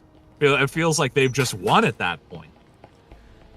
Acer's good. Already hear Acer's good. Acer's good. You know, like, Acer's good, right? 7-1s from their EU counterpart. Potentially, you know, I don't know the point difference right now. I'm not going to do the math real quick, but they might be able to win in the 3. I mean, we saw Gravy in the chat earlier, right? Said Acer in 3. So people have a lot of hope in this Acer, this season in particular. I'm not gonna lie, I said it before. This was the rebuilding season, and man, they did a great job rebuilding this season, showcasing that, hey, we lost last season. That was a fluke. Yeah, Ivy, you might have been the champion in season 3, but who is back to reclaim the throne for season 4? None other than the Acer dynasty here. As again, this is gonna be the do or die moment for IVNA, coming into potentially their last round here. Oh, another flash on themselves. That is rough. And Nade goes out, takes down Proxy. That's already a player down for the IVI stack, as Swift is stuck on the back hall alone. Slito putting out some wallbangs, trying to get any players down they can. I think one thing that IVI needs to be really careful about is that Acer is going to be pushing together. They're now extremely confident. They're going to get very confident and go push really far forward. If they can just capture these players off guard, try to capture them when they're isolated, that'll work out very well. You can see them pushing up 1, 2, 3 players all on one peak as Kazex and Okaran try to take some space. They don't see anyone just yet, but they're watching the flank as Swift knows there's someone behind box. Maybe not expecting someone to be there. Slito and Trench both in berthing as Swift is still in the back hall going for some info peeks. Doesn't quite know where they are. It all comes down to this as Slito pushes behind the box, takes down Okaran, takes down Kazex. LFT takes down Swift. Trench Kid up on the table. LFT is extremely low. This is an opportunity for the IVI squad to take some ground. They do have a Vezina and a Rill. They have the potential to pick up a rifle as well. There's no stims over on the Acer side. They're playing a dangerous game, but so is the IVI stack. They do have full health. They're going into this, but Tech9 is in the prime position to push straight out if he doesn't get flanked out by the wall blow. I mean, talk about wallbang. That was a beautiful, beautiful game sense there. Now only Tech9 in a 1v2. We've seen him win this before, but it doesn't matter as Ivy decides, hey, we're finally gonna take this one back here. But I gotta give a shout out. Let me pull the replay. I believe I have it. That was Slito getting that 2K. Slito absolutely secured that round for them. Just putting enough bodies on the floor to keep Ivy in this, giving them that main advantage that they needed, and then just wall bangs and overextensions from Acer's side, giving them the rest of the round. A good start or a good starting opening from Slitzo that's carrying them into this next round. They need to have flawless gameplay. They need to have flawless execution all the way through this in order to get to that 6-6 and secure it onto that overtime round. This is a nail biter if you're an IVI fan. They have to just play perfect. Yeah, I mean, Ivy era, right? Everyone was shouting Ivy era all of last season here. And I'm kind of inclined, can we say it again? Is it back to the Acer dynasty? Because, again, they've had that stranglehold on, honestly, Breacher's VRML since Season 0, except for one, which, funny enough, it just happens to be their second, their opponent today in the Grand Finals here. We might be seeing some runouts here in Hotline, playing aggressive on that top. LFT, though, playing so aggressive. Again, the aggression from Acer is just scary. It's almost like they don't care. They know they're up on so many rounds. They're getting somewhat risky. Hotline going for a lean peek out, but doesn't quite take anyone down. But also, importantly, doesn't get taken down himself as Blaze does take down Kha'Zix. Tech9 stuck in the smoke. Trying to recuperate his losses, gets a very unfortunate head tap. Now, it's just Hotline. If I'm Hotline, I'm holding on to a Cadillo. I'm trying to get as many players as possible. Getting flashed now. Double, triple flashed, and yet no one is pushing him on it. Now he has no flash, takes down Blaze. Tries to take down Sleet, so he has a Cadillo. That's a dangerous weapon to have for someone who hits their headshots just as well, but unfortunately hits the body. And that is going to be IVI one step closer to getting to map 3. They just need one more round to get to OT, and currently they actually lead on points just barely, so if they can keep this momentum up, they'll be able to choose their side. Most likely, I would think they would be choosing probably offense. They've been doing extremely well on offense so far. After losing so many rounds, they're getting them back. They might have momentum built up. Yeah, they're doing it. They finally cracked the code, and they're doing extremely well on offense. The first ones didn't go too well, but they figured out the formula. I said they needed to play perfect, and they just played that last round as perfect as they could, capitalizing on the small mistakes Acer was making. LFT, though, pulling a sneaky little run out on the wall with an Omen. Very, very, very, very beneficial. Just not enough for the Acer to capitalize off, especially on the weapons deficit that they had. Yeah, I mean, these advantages are just overwhelming from the Acer side. Again, here's the thing. IVNA, they can win this one. Who cares? Because they still have overtime. If they win that one, who cares? Because there's a whole nother game they still have to play out here. And there comes a point where, is IB able to not just win this, win the overtime? Can they win another map? And, you know, you're talking about mental fortitude of world-class players here, and it's almost, you know, banging your head against the wall when you're playing against a team like Acer. Well, and don't forget, guys, so next map would be IVI's pick, but the map after that would be Acer's pick again. They'll be playing one of their maps. Actually, no, they won't. They're just playing the map that's left over, sorry. Because it's a best of 5. It would be, there's only 7 maps. Regardless, we have IVI pushing in, Acer getting taken down 2 members already. Acer's getting really over-aggressive with their pushes. I think if they just kept playing how they were, it might have worked out a little bit better, but I think IVI getting into a bit of a flow state, knowing they need to get this done. They're really overcommitting. They know that, you know, if we just keep doing what we're doing, Hotline gets taken down by a nade from Blaze. That was a fantastic nade. Now it goes out as well. Proxy does not get taken down with a nade, nor does Blaze. They're really in a flow state. Tech9 going for a very odd flank. He's extremely low. Now he's going to get probably flashbanged out. Wall foam goes down. Kha'Zix getting pushed in on. Kha'Zix is now taken down. It is just Tech9. He gets taken out. That's a flawless from IVI. Maybe they were trolling a little bit. Maybe they were going, all right, we were down so many for 3 rounds, maps. now we get They were this trolling off. for 3 maps. I'm saying for this one, Okay. Martini.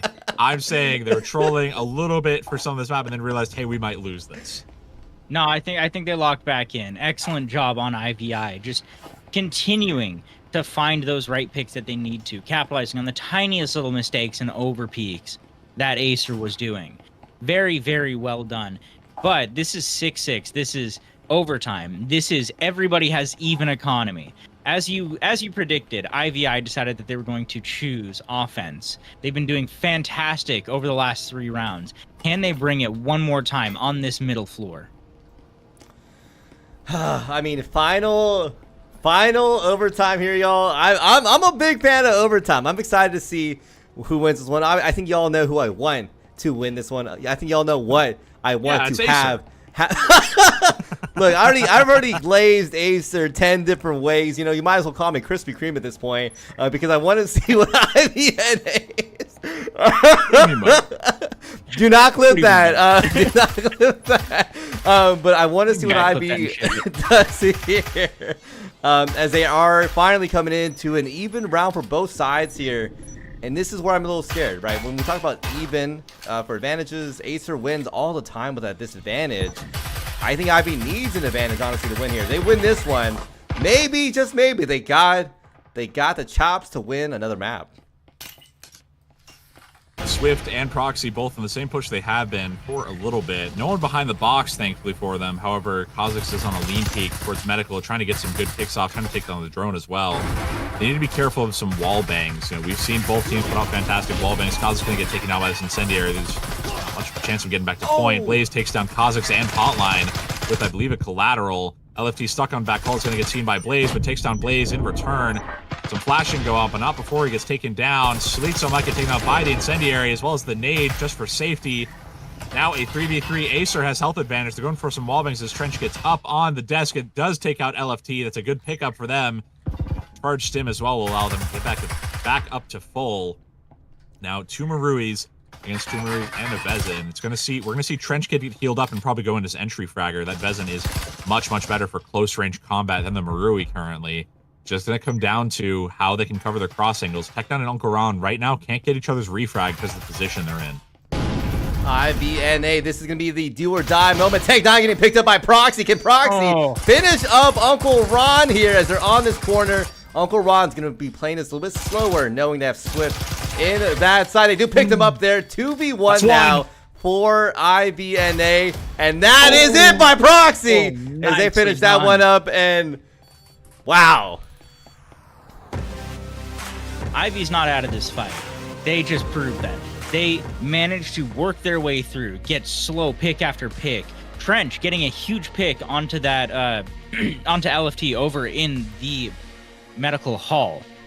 Managing to clear out all of medical with the rest of his team. And then slowly work their way in, get that plant, force that retake from Uncle Ron as he was the last alive into a beautiful lean peak by Proxy. Well done, IVI. That's what I like to see. I mean, I called it, right? I mean, I called it earlier. I'm kidding. But, you know, overtime.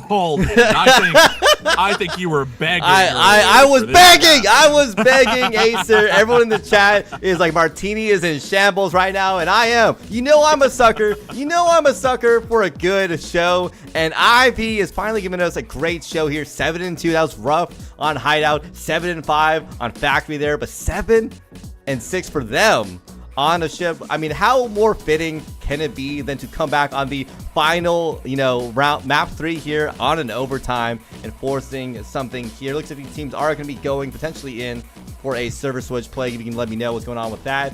But we might be going in for a quick ad break. But I mean, any last words about how they've been playing? We're going in now to map 4. If IB wins this one, maybe even a map 5. But remember, IB's on the back heel here. At this point, Acer gets any map win, it's going to be over for them, and they win the grand championship here. Well, keep in mind, okay, we have 2 maps left. We're going to have a 10-minute timeout, so we'll go to ad break in a second. But 2 maps left, right?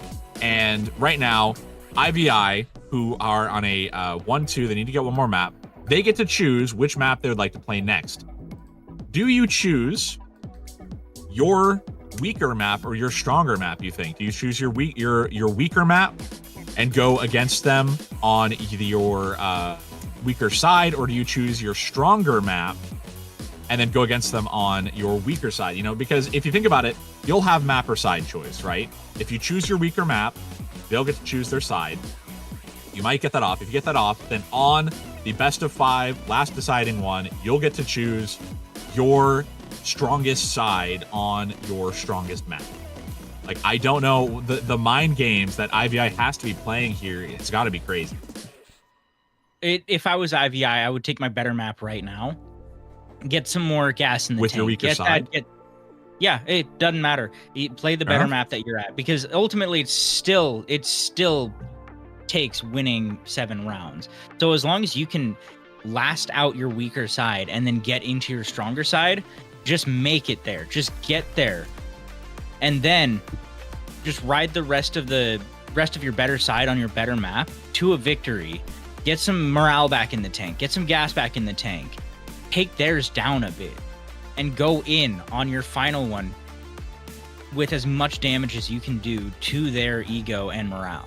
That is probably the best play that they could possibly do at this moment. Yeah, I mean, Acer's got it. Again, they're still in the advantage at this point, right? They've won 2. Ivy now only won a map in. So, again, Acer only needs the 1. And reminder to those in the chat, I think people sometimes forget, it's not like the older seasons where we had draws and stuff. Because of overtime, it doesn't matter about round difference or anything like that. Even with Acer playing so dominant on that map 1, it doesn't quite matter anymore, because all that truly matters is map wins. And right now it's 2-1 for these 2 teams. So if Ivy can still come back on a map 4 and then a map 5, they get those 3 map wins. That's the best of 5. They win out that series. So it's still very much possible for Ivy to win this one. But again, still a challenging thing, and I think that's why we took the break here. I think I've been telling Ivy they should be taking a break after each map at this point, especially 2 in a row. You want to take those map breaks, and I'm happy they're finally doing it here, because they got to take a break, talk about what's going on here, rethink some of their strategy, because it is getting better, right? We saw 7-5 on Factory, we saw that 7-6 on Ship, but these are still so tight in terms of these rounds, and want to be very careful about how they're going to be doing these sort of things. But as we had talked about, these teams are going to be taking a break, and we will pretty soon here. But before we head out, I want to give another quick reminder. Head on over to the VRML Con website to sign up for those qualifiers. This is your shot at competing for the massive $20,000 prize pool. So if you think you got what it takes, get those qualifier entries in, and maybe you can be one of those teams that will be casting live on the stage and throw your hat in the ring. And if you didn't know, you can also register as a solo player. You don't have to play with someone else or a whole another team. They will be matching you up with other solo players if you decide to make that sort of setup here. But as I had mentioned earlier, we'll be going to a quick ad break, hopefully not too long, as these teams take a break before going into, of course, map 4. Prepare to Only start. Baron left alive. Where is Baron? In the spawn. Can somebody Go. Spud in the bottom going absolutely crazy, getting the 2 Match phase.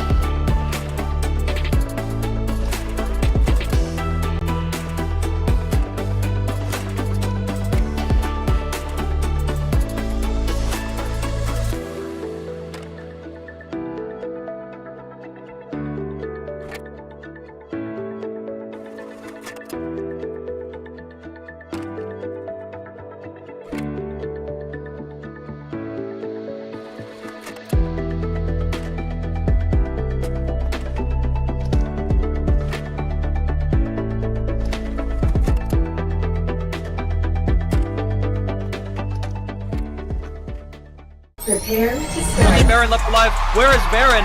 In the spawn. Can somebody Go. Spud in the bottom going absolutely crazy, getting the 2K.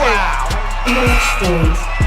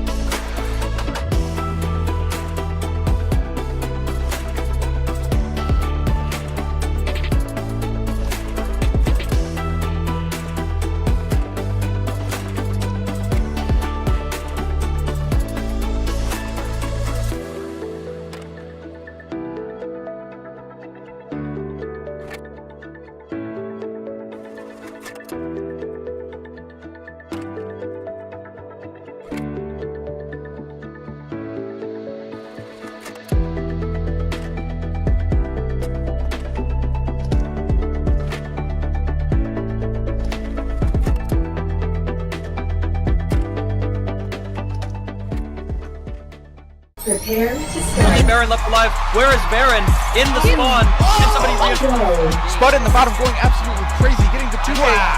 Match point.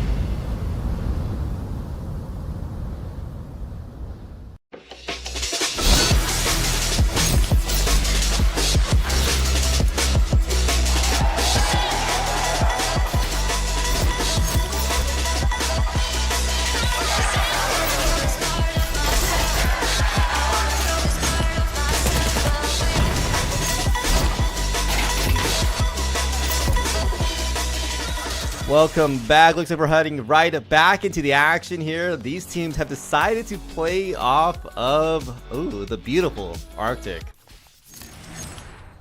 The beautiful, huh? I think it's beautiful. What's your favorite map?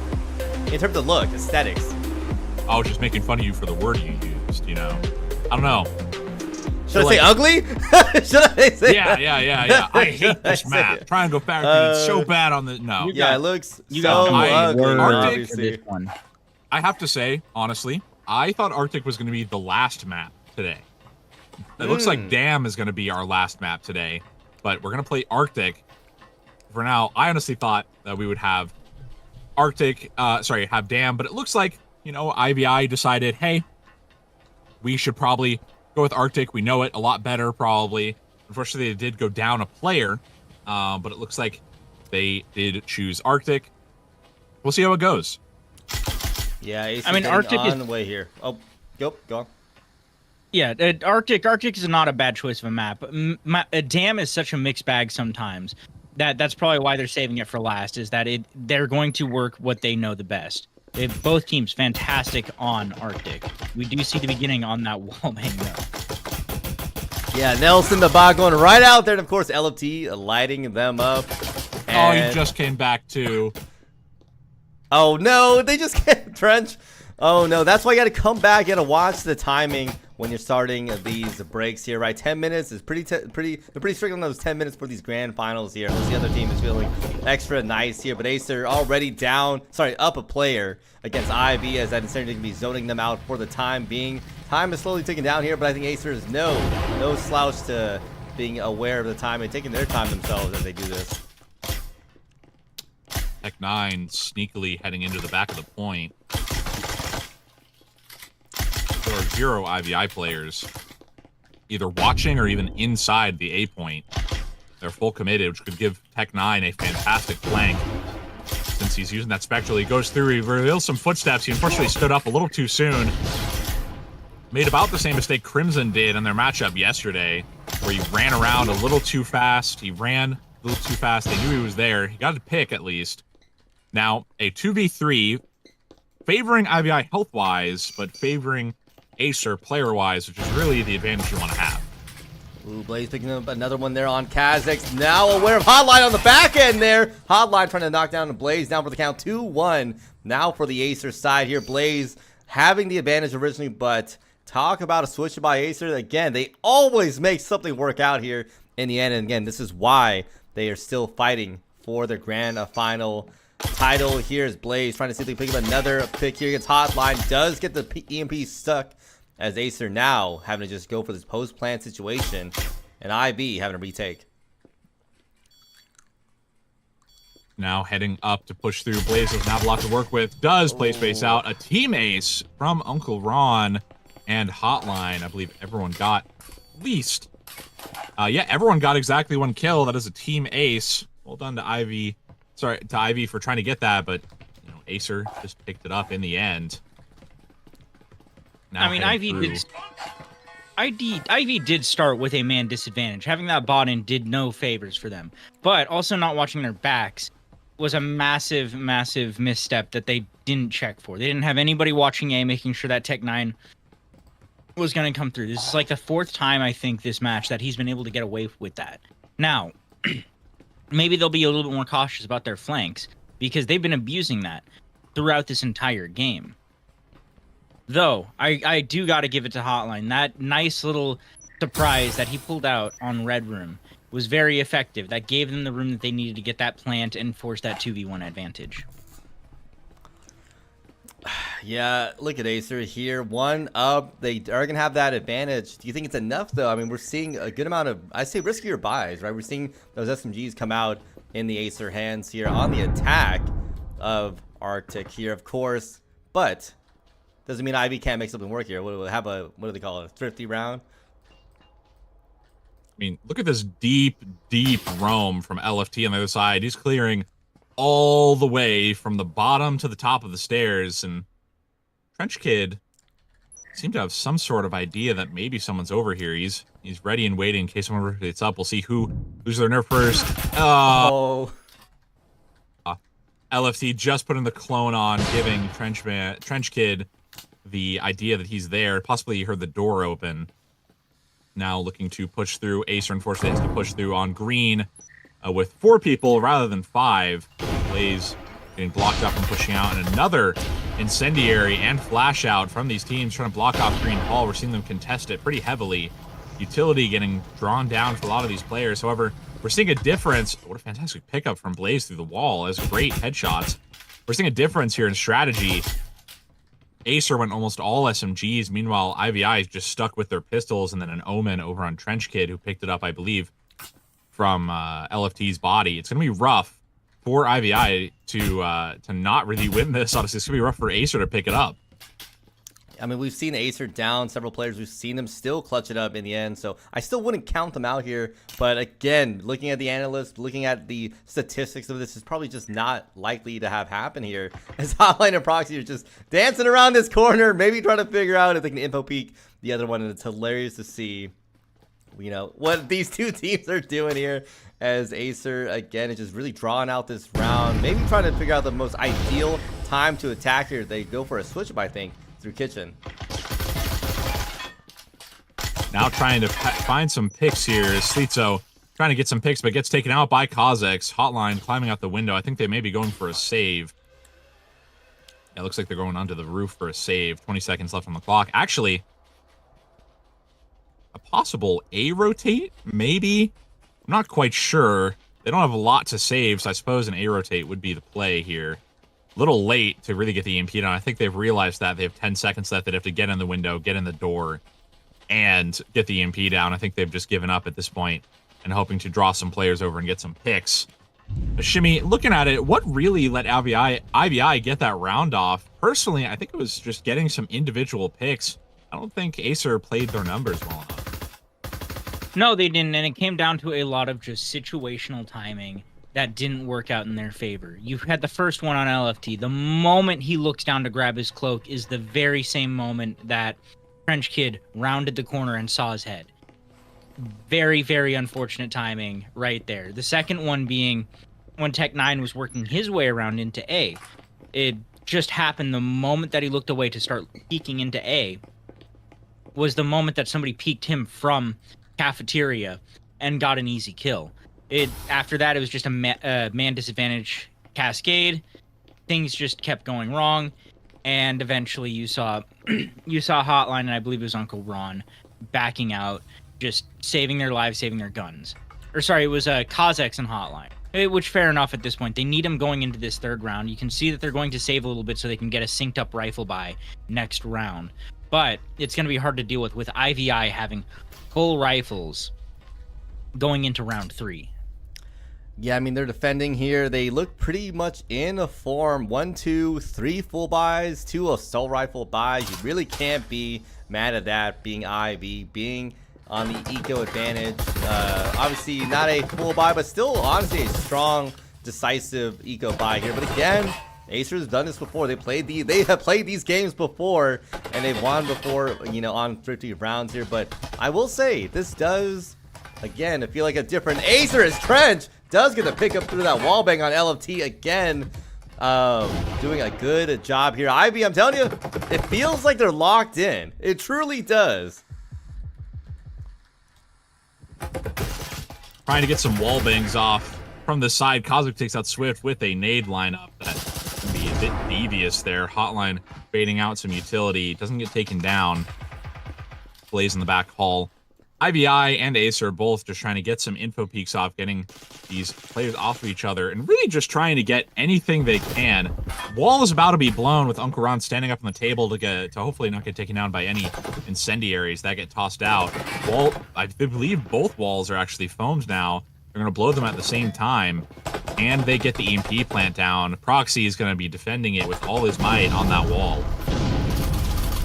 Yeah, those boosters are now going to be live here. Acer trying to get this attack started here, but Ivy throwing out those incendiaries, really knocking them down. Uncle Ron picking out Proxy there. That's going to be a big pick, allowing Acer to have that player advantage, but Blaze says, I don't care, as they knock down Kazakhs for another one, leaving just Hotline, Uncle Ron, and Tech9. But they are going to be sticking to that EMP plant here.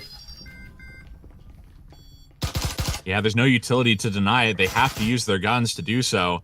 Uncle Ron rotating through, takes out Trench, tries to take out Slitzo, and Blaze can't quite get it off. Blaze survives, getting shot by Tech9 just barely. as Hotline rotates through in the back just to make sure he can't get flanked out. Blaze going up to the EMP, just priming it a little bit. Now rotating out, trying to take out Tech9. Cannot get it down. It's just Slitso who gets taken out by Hotline on the other side. Now 2-1 for Acer. Not a bad situation.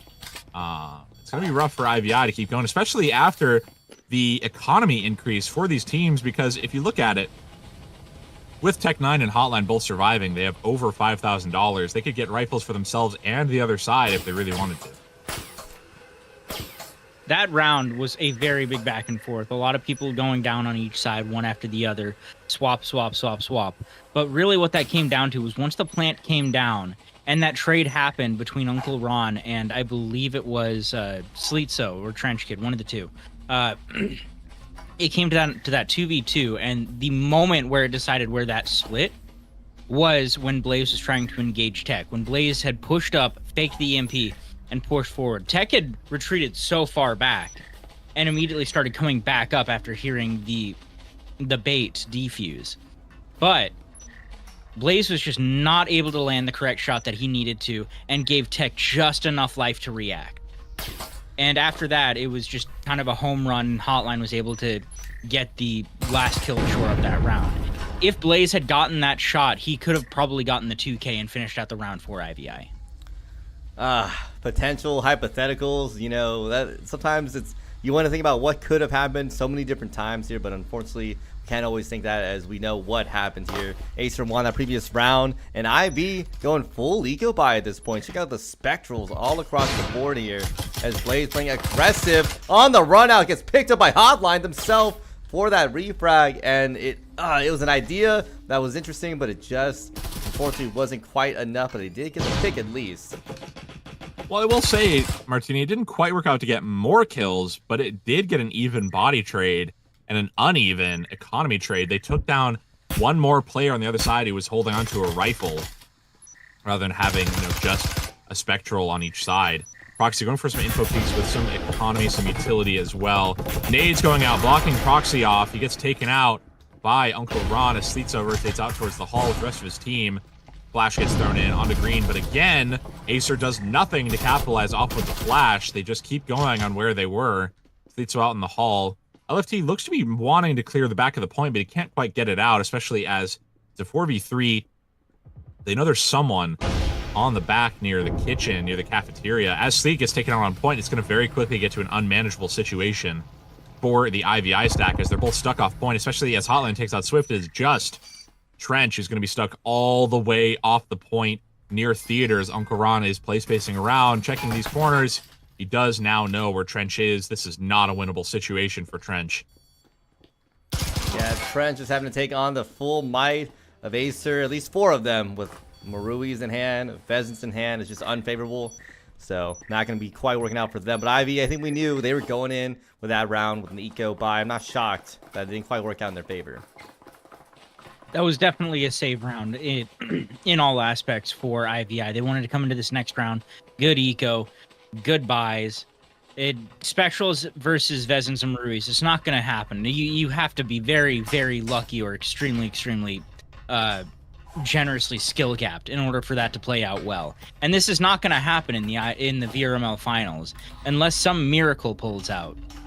You're not going to have such a disadvantage turn into an advantageous win, especially that late with a 1v4. They tried as best as they could, but now they've got guns. They've got a few different pieces of utility that they can utilize.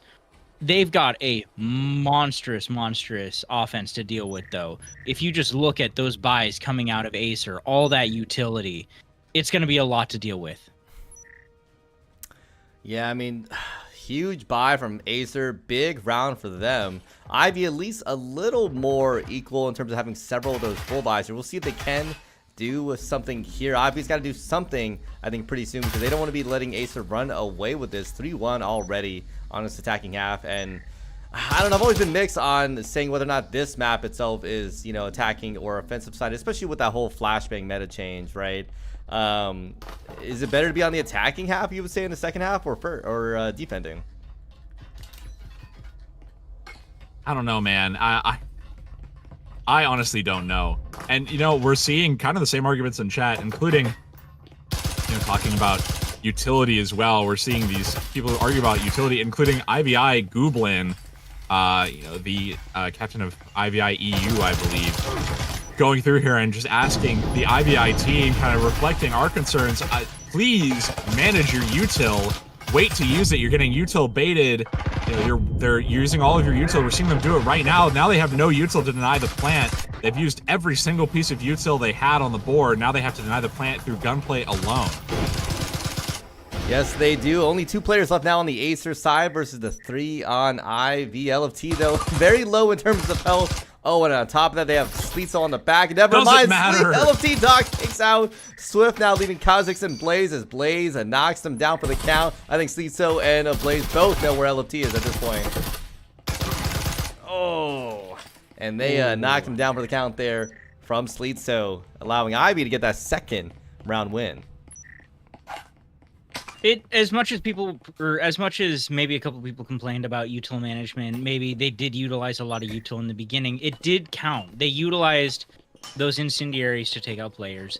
They managed to put the EMP into a weird spot where LFT had to go recover it. And utilizing that final flank to isolate out LFT when that 2v1 happened, make it an impossible ask for him to survive. When you're trying to face down 45 wall and the stairwell, when you're stuck in that tiny cubby, that sucks. And having both, having that 2v1 happen gave them that round.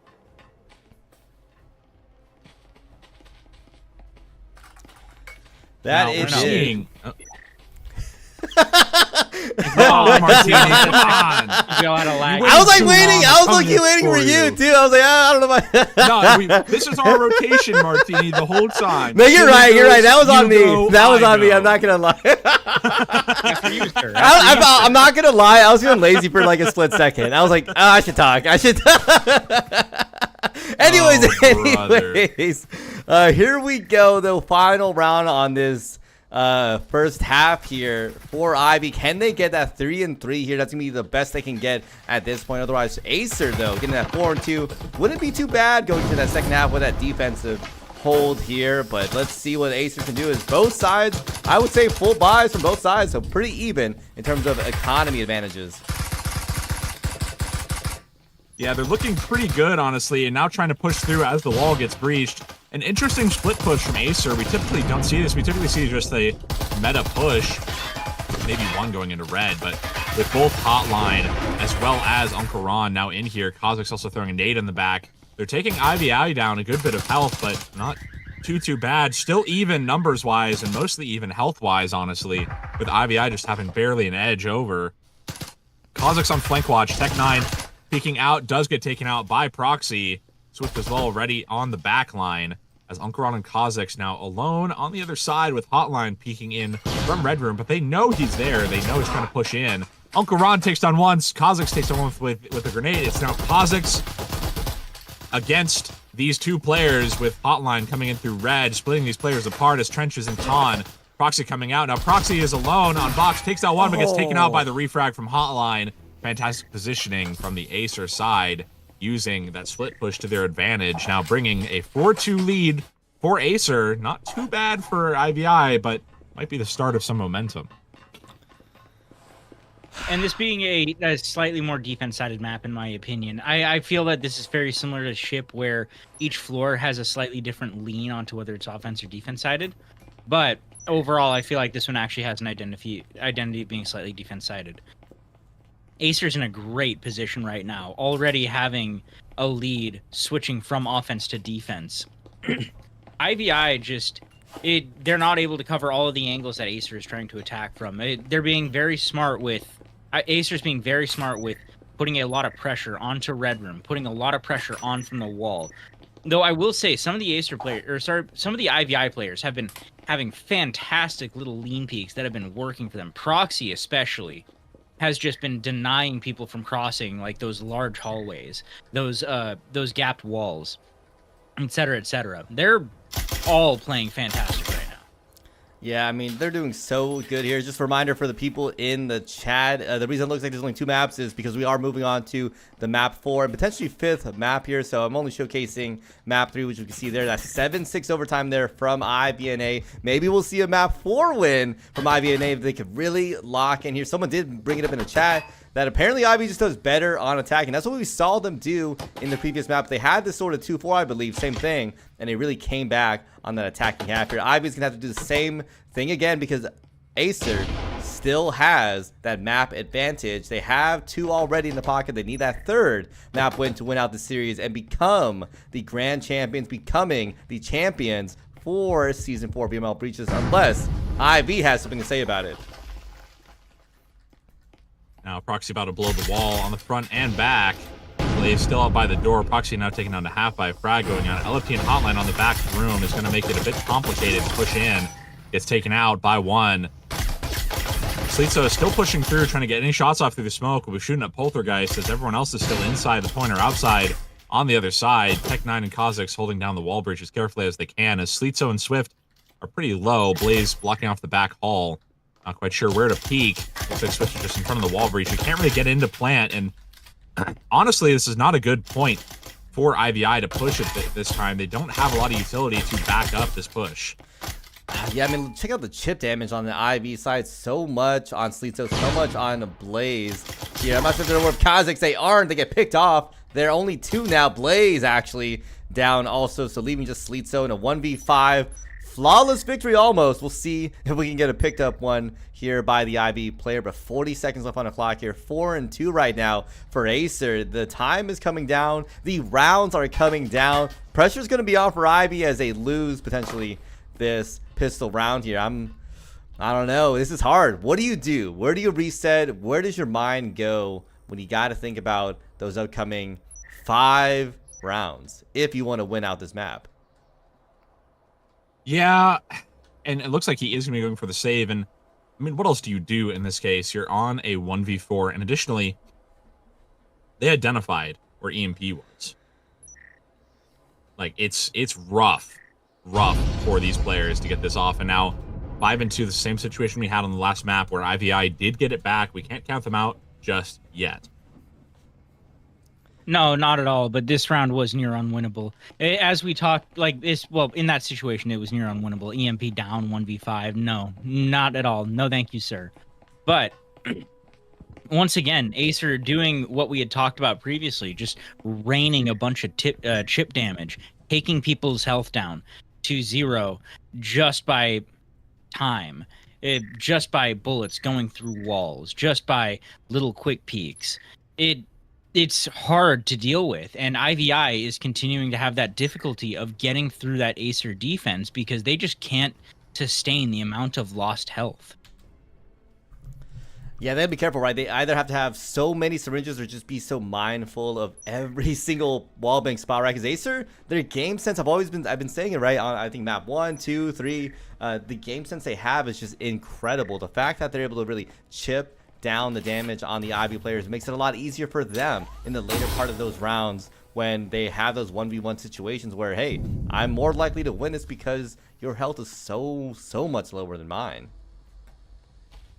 Again, we're seeing LFT on the back stairs hoping to get the flank down. He got spurned by it last time because Trench Kid caught him in the act, but no longer on defense, able to push straight back up. Possibly hoping to get some revenge. Interestingly, all of the IVI players now in the building, hoping to push towards green. They do see Statics get taken down as Kha'Zix is on green hall. Now knows there are some players who are hoping to come in. No other players really to support him right now that are nearby. It's going to be just him trying to hold down green as well as Cafeteria behind himself. The rest of the team, Tech9, Hotline, both inside the point. LFT holding inside with Ron. All the way back to the side. Blaze takes out Tech9 with the Viper. Kha'Zix getting pushed immediately on green hall. Triple push. Doesn't take anyone down, but also doesn't go down himself. Now he does. Now a pretty free point, honestly, for the IVI squad as they go for the plant. There's no utility for these Acer players to deny the plant. I mean, beautiful headshot there by LFT. Can they get a second one here as they wait for Swift to get out of there? They almost got it. I didn't realize you could get on top of that there as Sleetso on the back end does knock down Uncle Ron, just leaving LFT. LFT picks up another pick, tries to go for the third, but just can't finish that one out here. Ivy showcasing, hey, you know, we're not out of the game yet. Catching all of those picks that they were able to get before even entering into sight was huge. Just pushing as a giant fat group, taking down Acer player after Acer player, putting it down to that 2v5, that is everything they could have ever wanted in a round. And now they get to reap the rewards. They get to take all of those Orals. They get to utilize the rest of their money to go buy Maruis and Vezins and util galore. They get to come into this next round hot, and they need to. Again, map-wise, they're still backs against the wall. They cannot lose another map. They're currently in a deficit on points. They need to make it up again. This is just like what we saw on Ship, but they're looking a lot better. They're looking a lot sharper. And especially right now, they're on that advantage. Not saying that this is a guaranteed round for IVI, because this bottom floor B site is very defensive sided with that massive choke point on the wall. But this is looking a lot better in their favor than last round, for instance. Oh, Forrester here. Very aggressive. Sorry, I just had to say, he was sitting right there in front of the door. I'm not quite sure what the plan there was. You know, sometimes you want to catch out the Ivy play. We saw that happen on Ship. I think someone blew the wall, and LFT was immediately there on the Ivy players. And we've seen it again. Acer has that aggressive defense. It does work in their favor. Sometimes it doesn't work out in their favor here, as they're already down a player. 30 seconds into the round here. IVNA now seeing if they can utilize this advantage as best as they can, because we want to see them push this maybe to a map 5 if they choose to do so. Yeah, this is not a great situation to be in on either side, really, as they're getting pushed in on both sides. Now trying to just get some good wall bangs down. Acer's really stuck inside the point. IVI, cool, calm, and collected, picking up their guns with Sleetso on the flank watch, just making sure he can get any kills he can. No flanks from the Acer side. They know what they're going to do. They're going to stay on point, and they know they need to defend Red Room. That's where they went as well. Now just making sure they can't get flanked out as Tech9 gets shot a little bit from Swift outside the wall.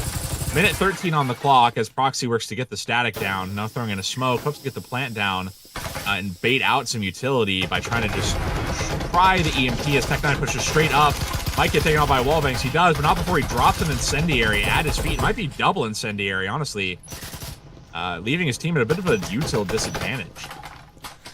Yeah, they might have been, again, a little too aggressive on it. I think that's one complaint I have about Acer sometimes. They kind of push the defense a little too aggressive forward, even when they have a pretty strong hold, to be quite honest, on this side here. Probably to prevent Ivy from making any good pushes here, but they are going to be getting a pretty good one here set up. 30 seconds left in the clock. They got to make some movement here, otherwise it might come down to timing here. Proxy does get the EMP plan down. We might be seeing a 2K from a beautiful incendiary, but they didn't stick the plan.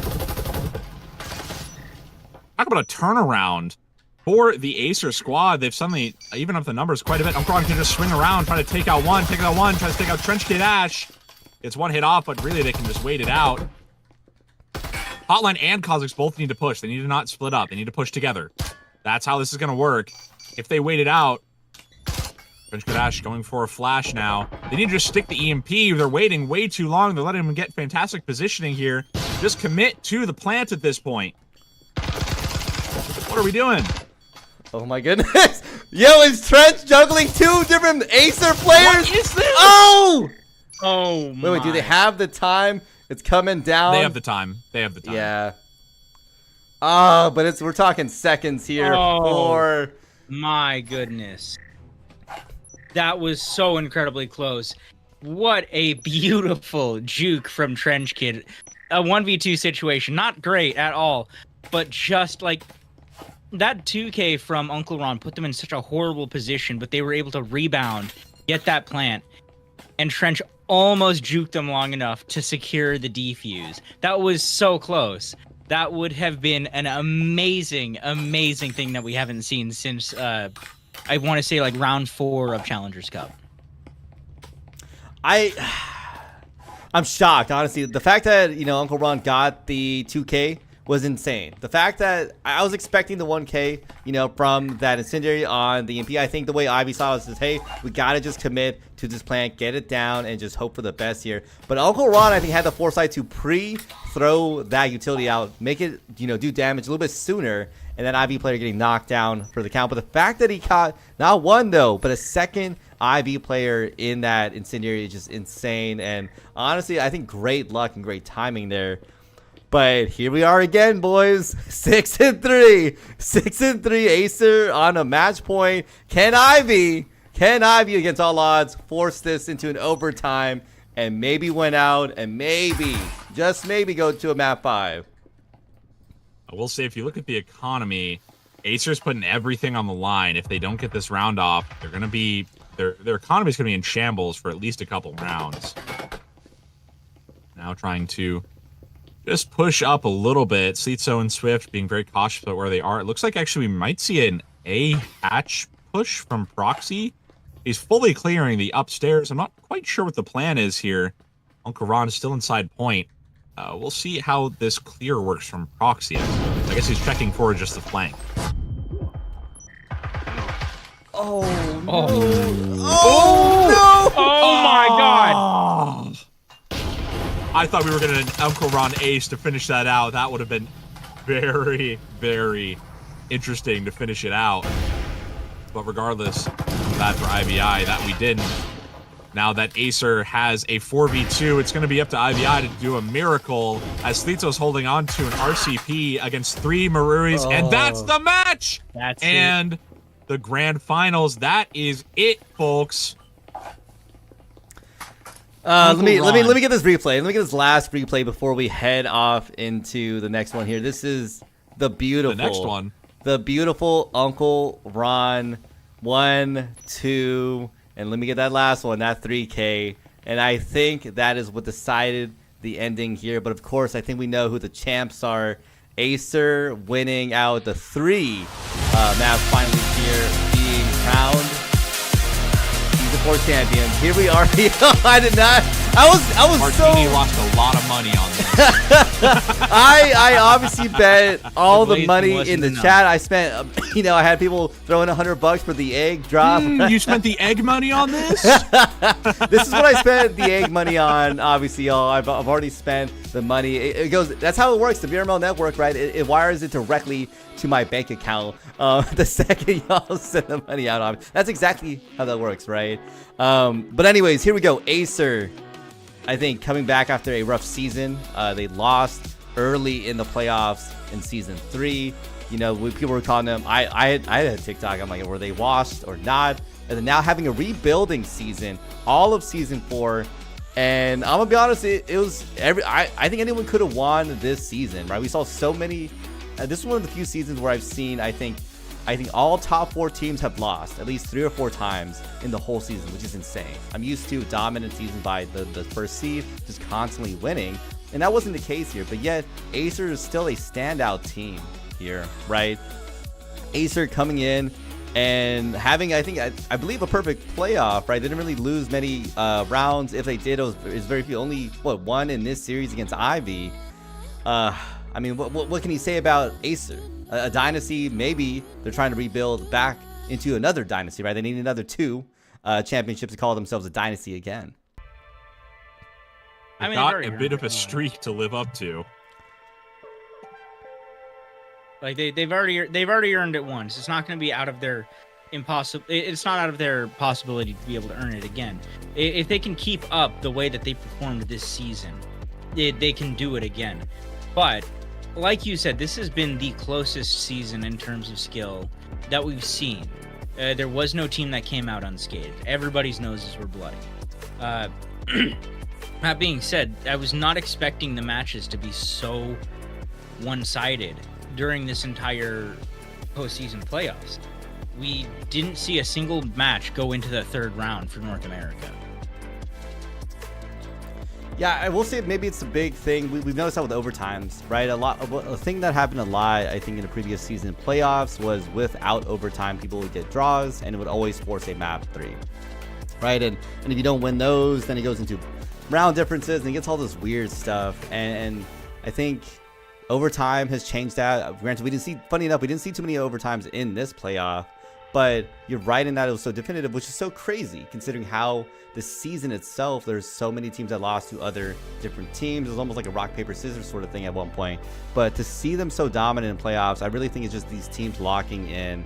And, you know, postseason playoff is where you see, I think, the best of the best of the best, right? I've seen teams get destroyed, right? FD is always one of those teams I bring up, and, you know, love the gravy and everything, but we saw them have some rough seasons, honestly, but still played out their hearts in playoffs going on to grand finals. And that's why I always say sometimes when we get to playoffs, yeah, we can look at all the stats and how they played in the season and everything, but honestly, it kind of doesn't matter because we've seen some teams just play like garbage, right, in a season, but dominate in the playoffs here. And because all that matters is how much time they put in, did they practice as well as they can, and are they still sharp, still this sharp, and still mentally sharp to play in these playoffs.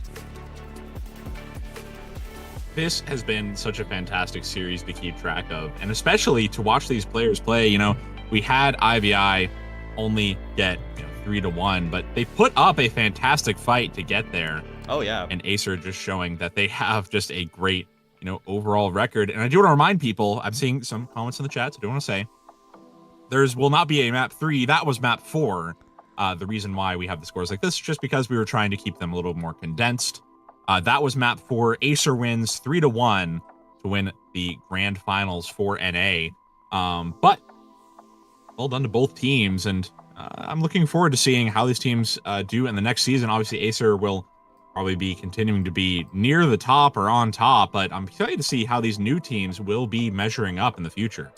Yeah, unfortunately, the season is over, y'all. We're going into the off season, but hey, this is one of my favorite times. This is time for everybody to go on and enjoy themselves, take a break from Breachers, do some practices, run some rounds. Hey, if you want to get into casting, let us know. This is the perfect time to get it trained up and obviously get you into the upcoming season. As Plague, as Shimi, as the mountain of people that we've trained in the off season and obviously have been sticking around this season here. But unfortunately, that also means the cast is going to be over today and we won't have anything for a bit, but keep an eye out. The Breachers qualifiers for VRML Con are going to be coming up, I believe, in 2 or 3 weekends, something about that. And then after that, of course, we have the VRML Con itself in a month's time where we'll all be there. And if you're really feeling it, I'm going to be shouting it out again. Another reminder that if you want to go to VRML Con, it's coming up in Phoenix, Arizona next month. If you want to compete and take a shot at that massive $20,000 prize pool, definitely sign up on the website. Remember, you can apply to not just one, but all other tournaments in this. So if you're a big organization like Ivy, like Acer, like one of these other ones, and you want to apply to multiple and maybe get not just, your hands on one $5,000 prize pool, but all $20,000 dollars in your pocket, why not go for it, right? It already allows you to apply to all of these here. But of course, a last shout out to the creators on the VRML team, and of course the mods. If you ever want to get involved in what we do behind the scenes, which is creating content,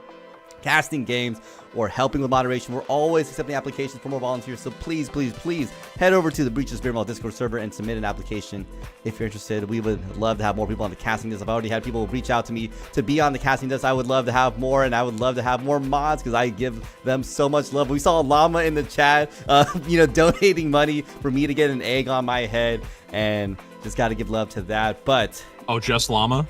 Hey, all right. There's a lot of people in the chat. All right, you all got the egg, okay? Don't complain about it. You got the egg on 2 of our heads, okay? But hey, you know what? Thanks to everybody for coming out here and watching another one of our VRML Network cast, specifically for Breachers, of course. We appreciate seeing you all here today, and of course, leave a like, subscribe, keep your eye out for the qualifiers for VRML Con, for Breachers, for Rindrip, for Pavel, everything. They have all the qualifiers coming up here. It's going to be greatly appreciated. Hopefully, we see y'all in the next cast.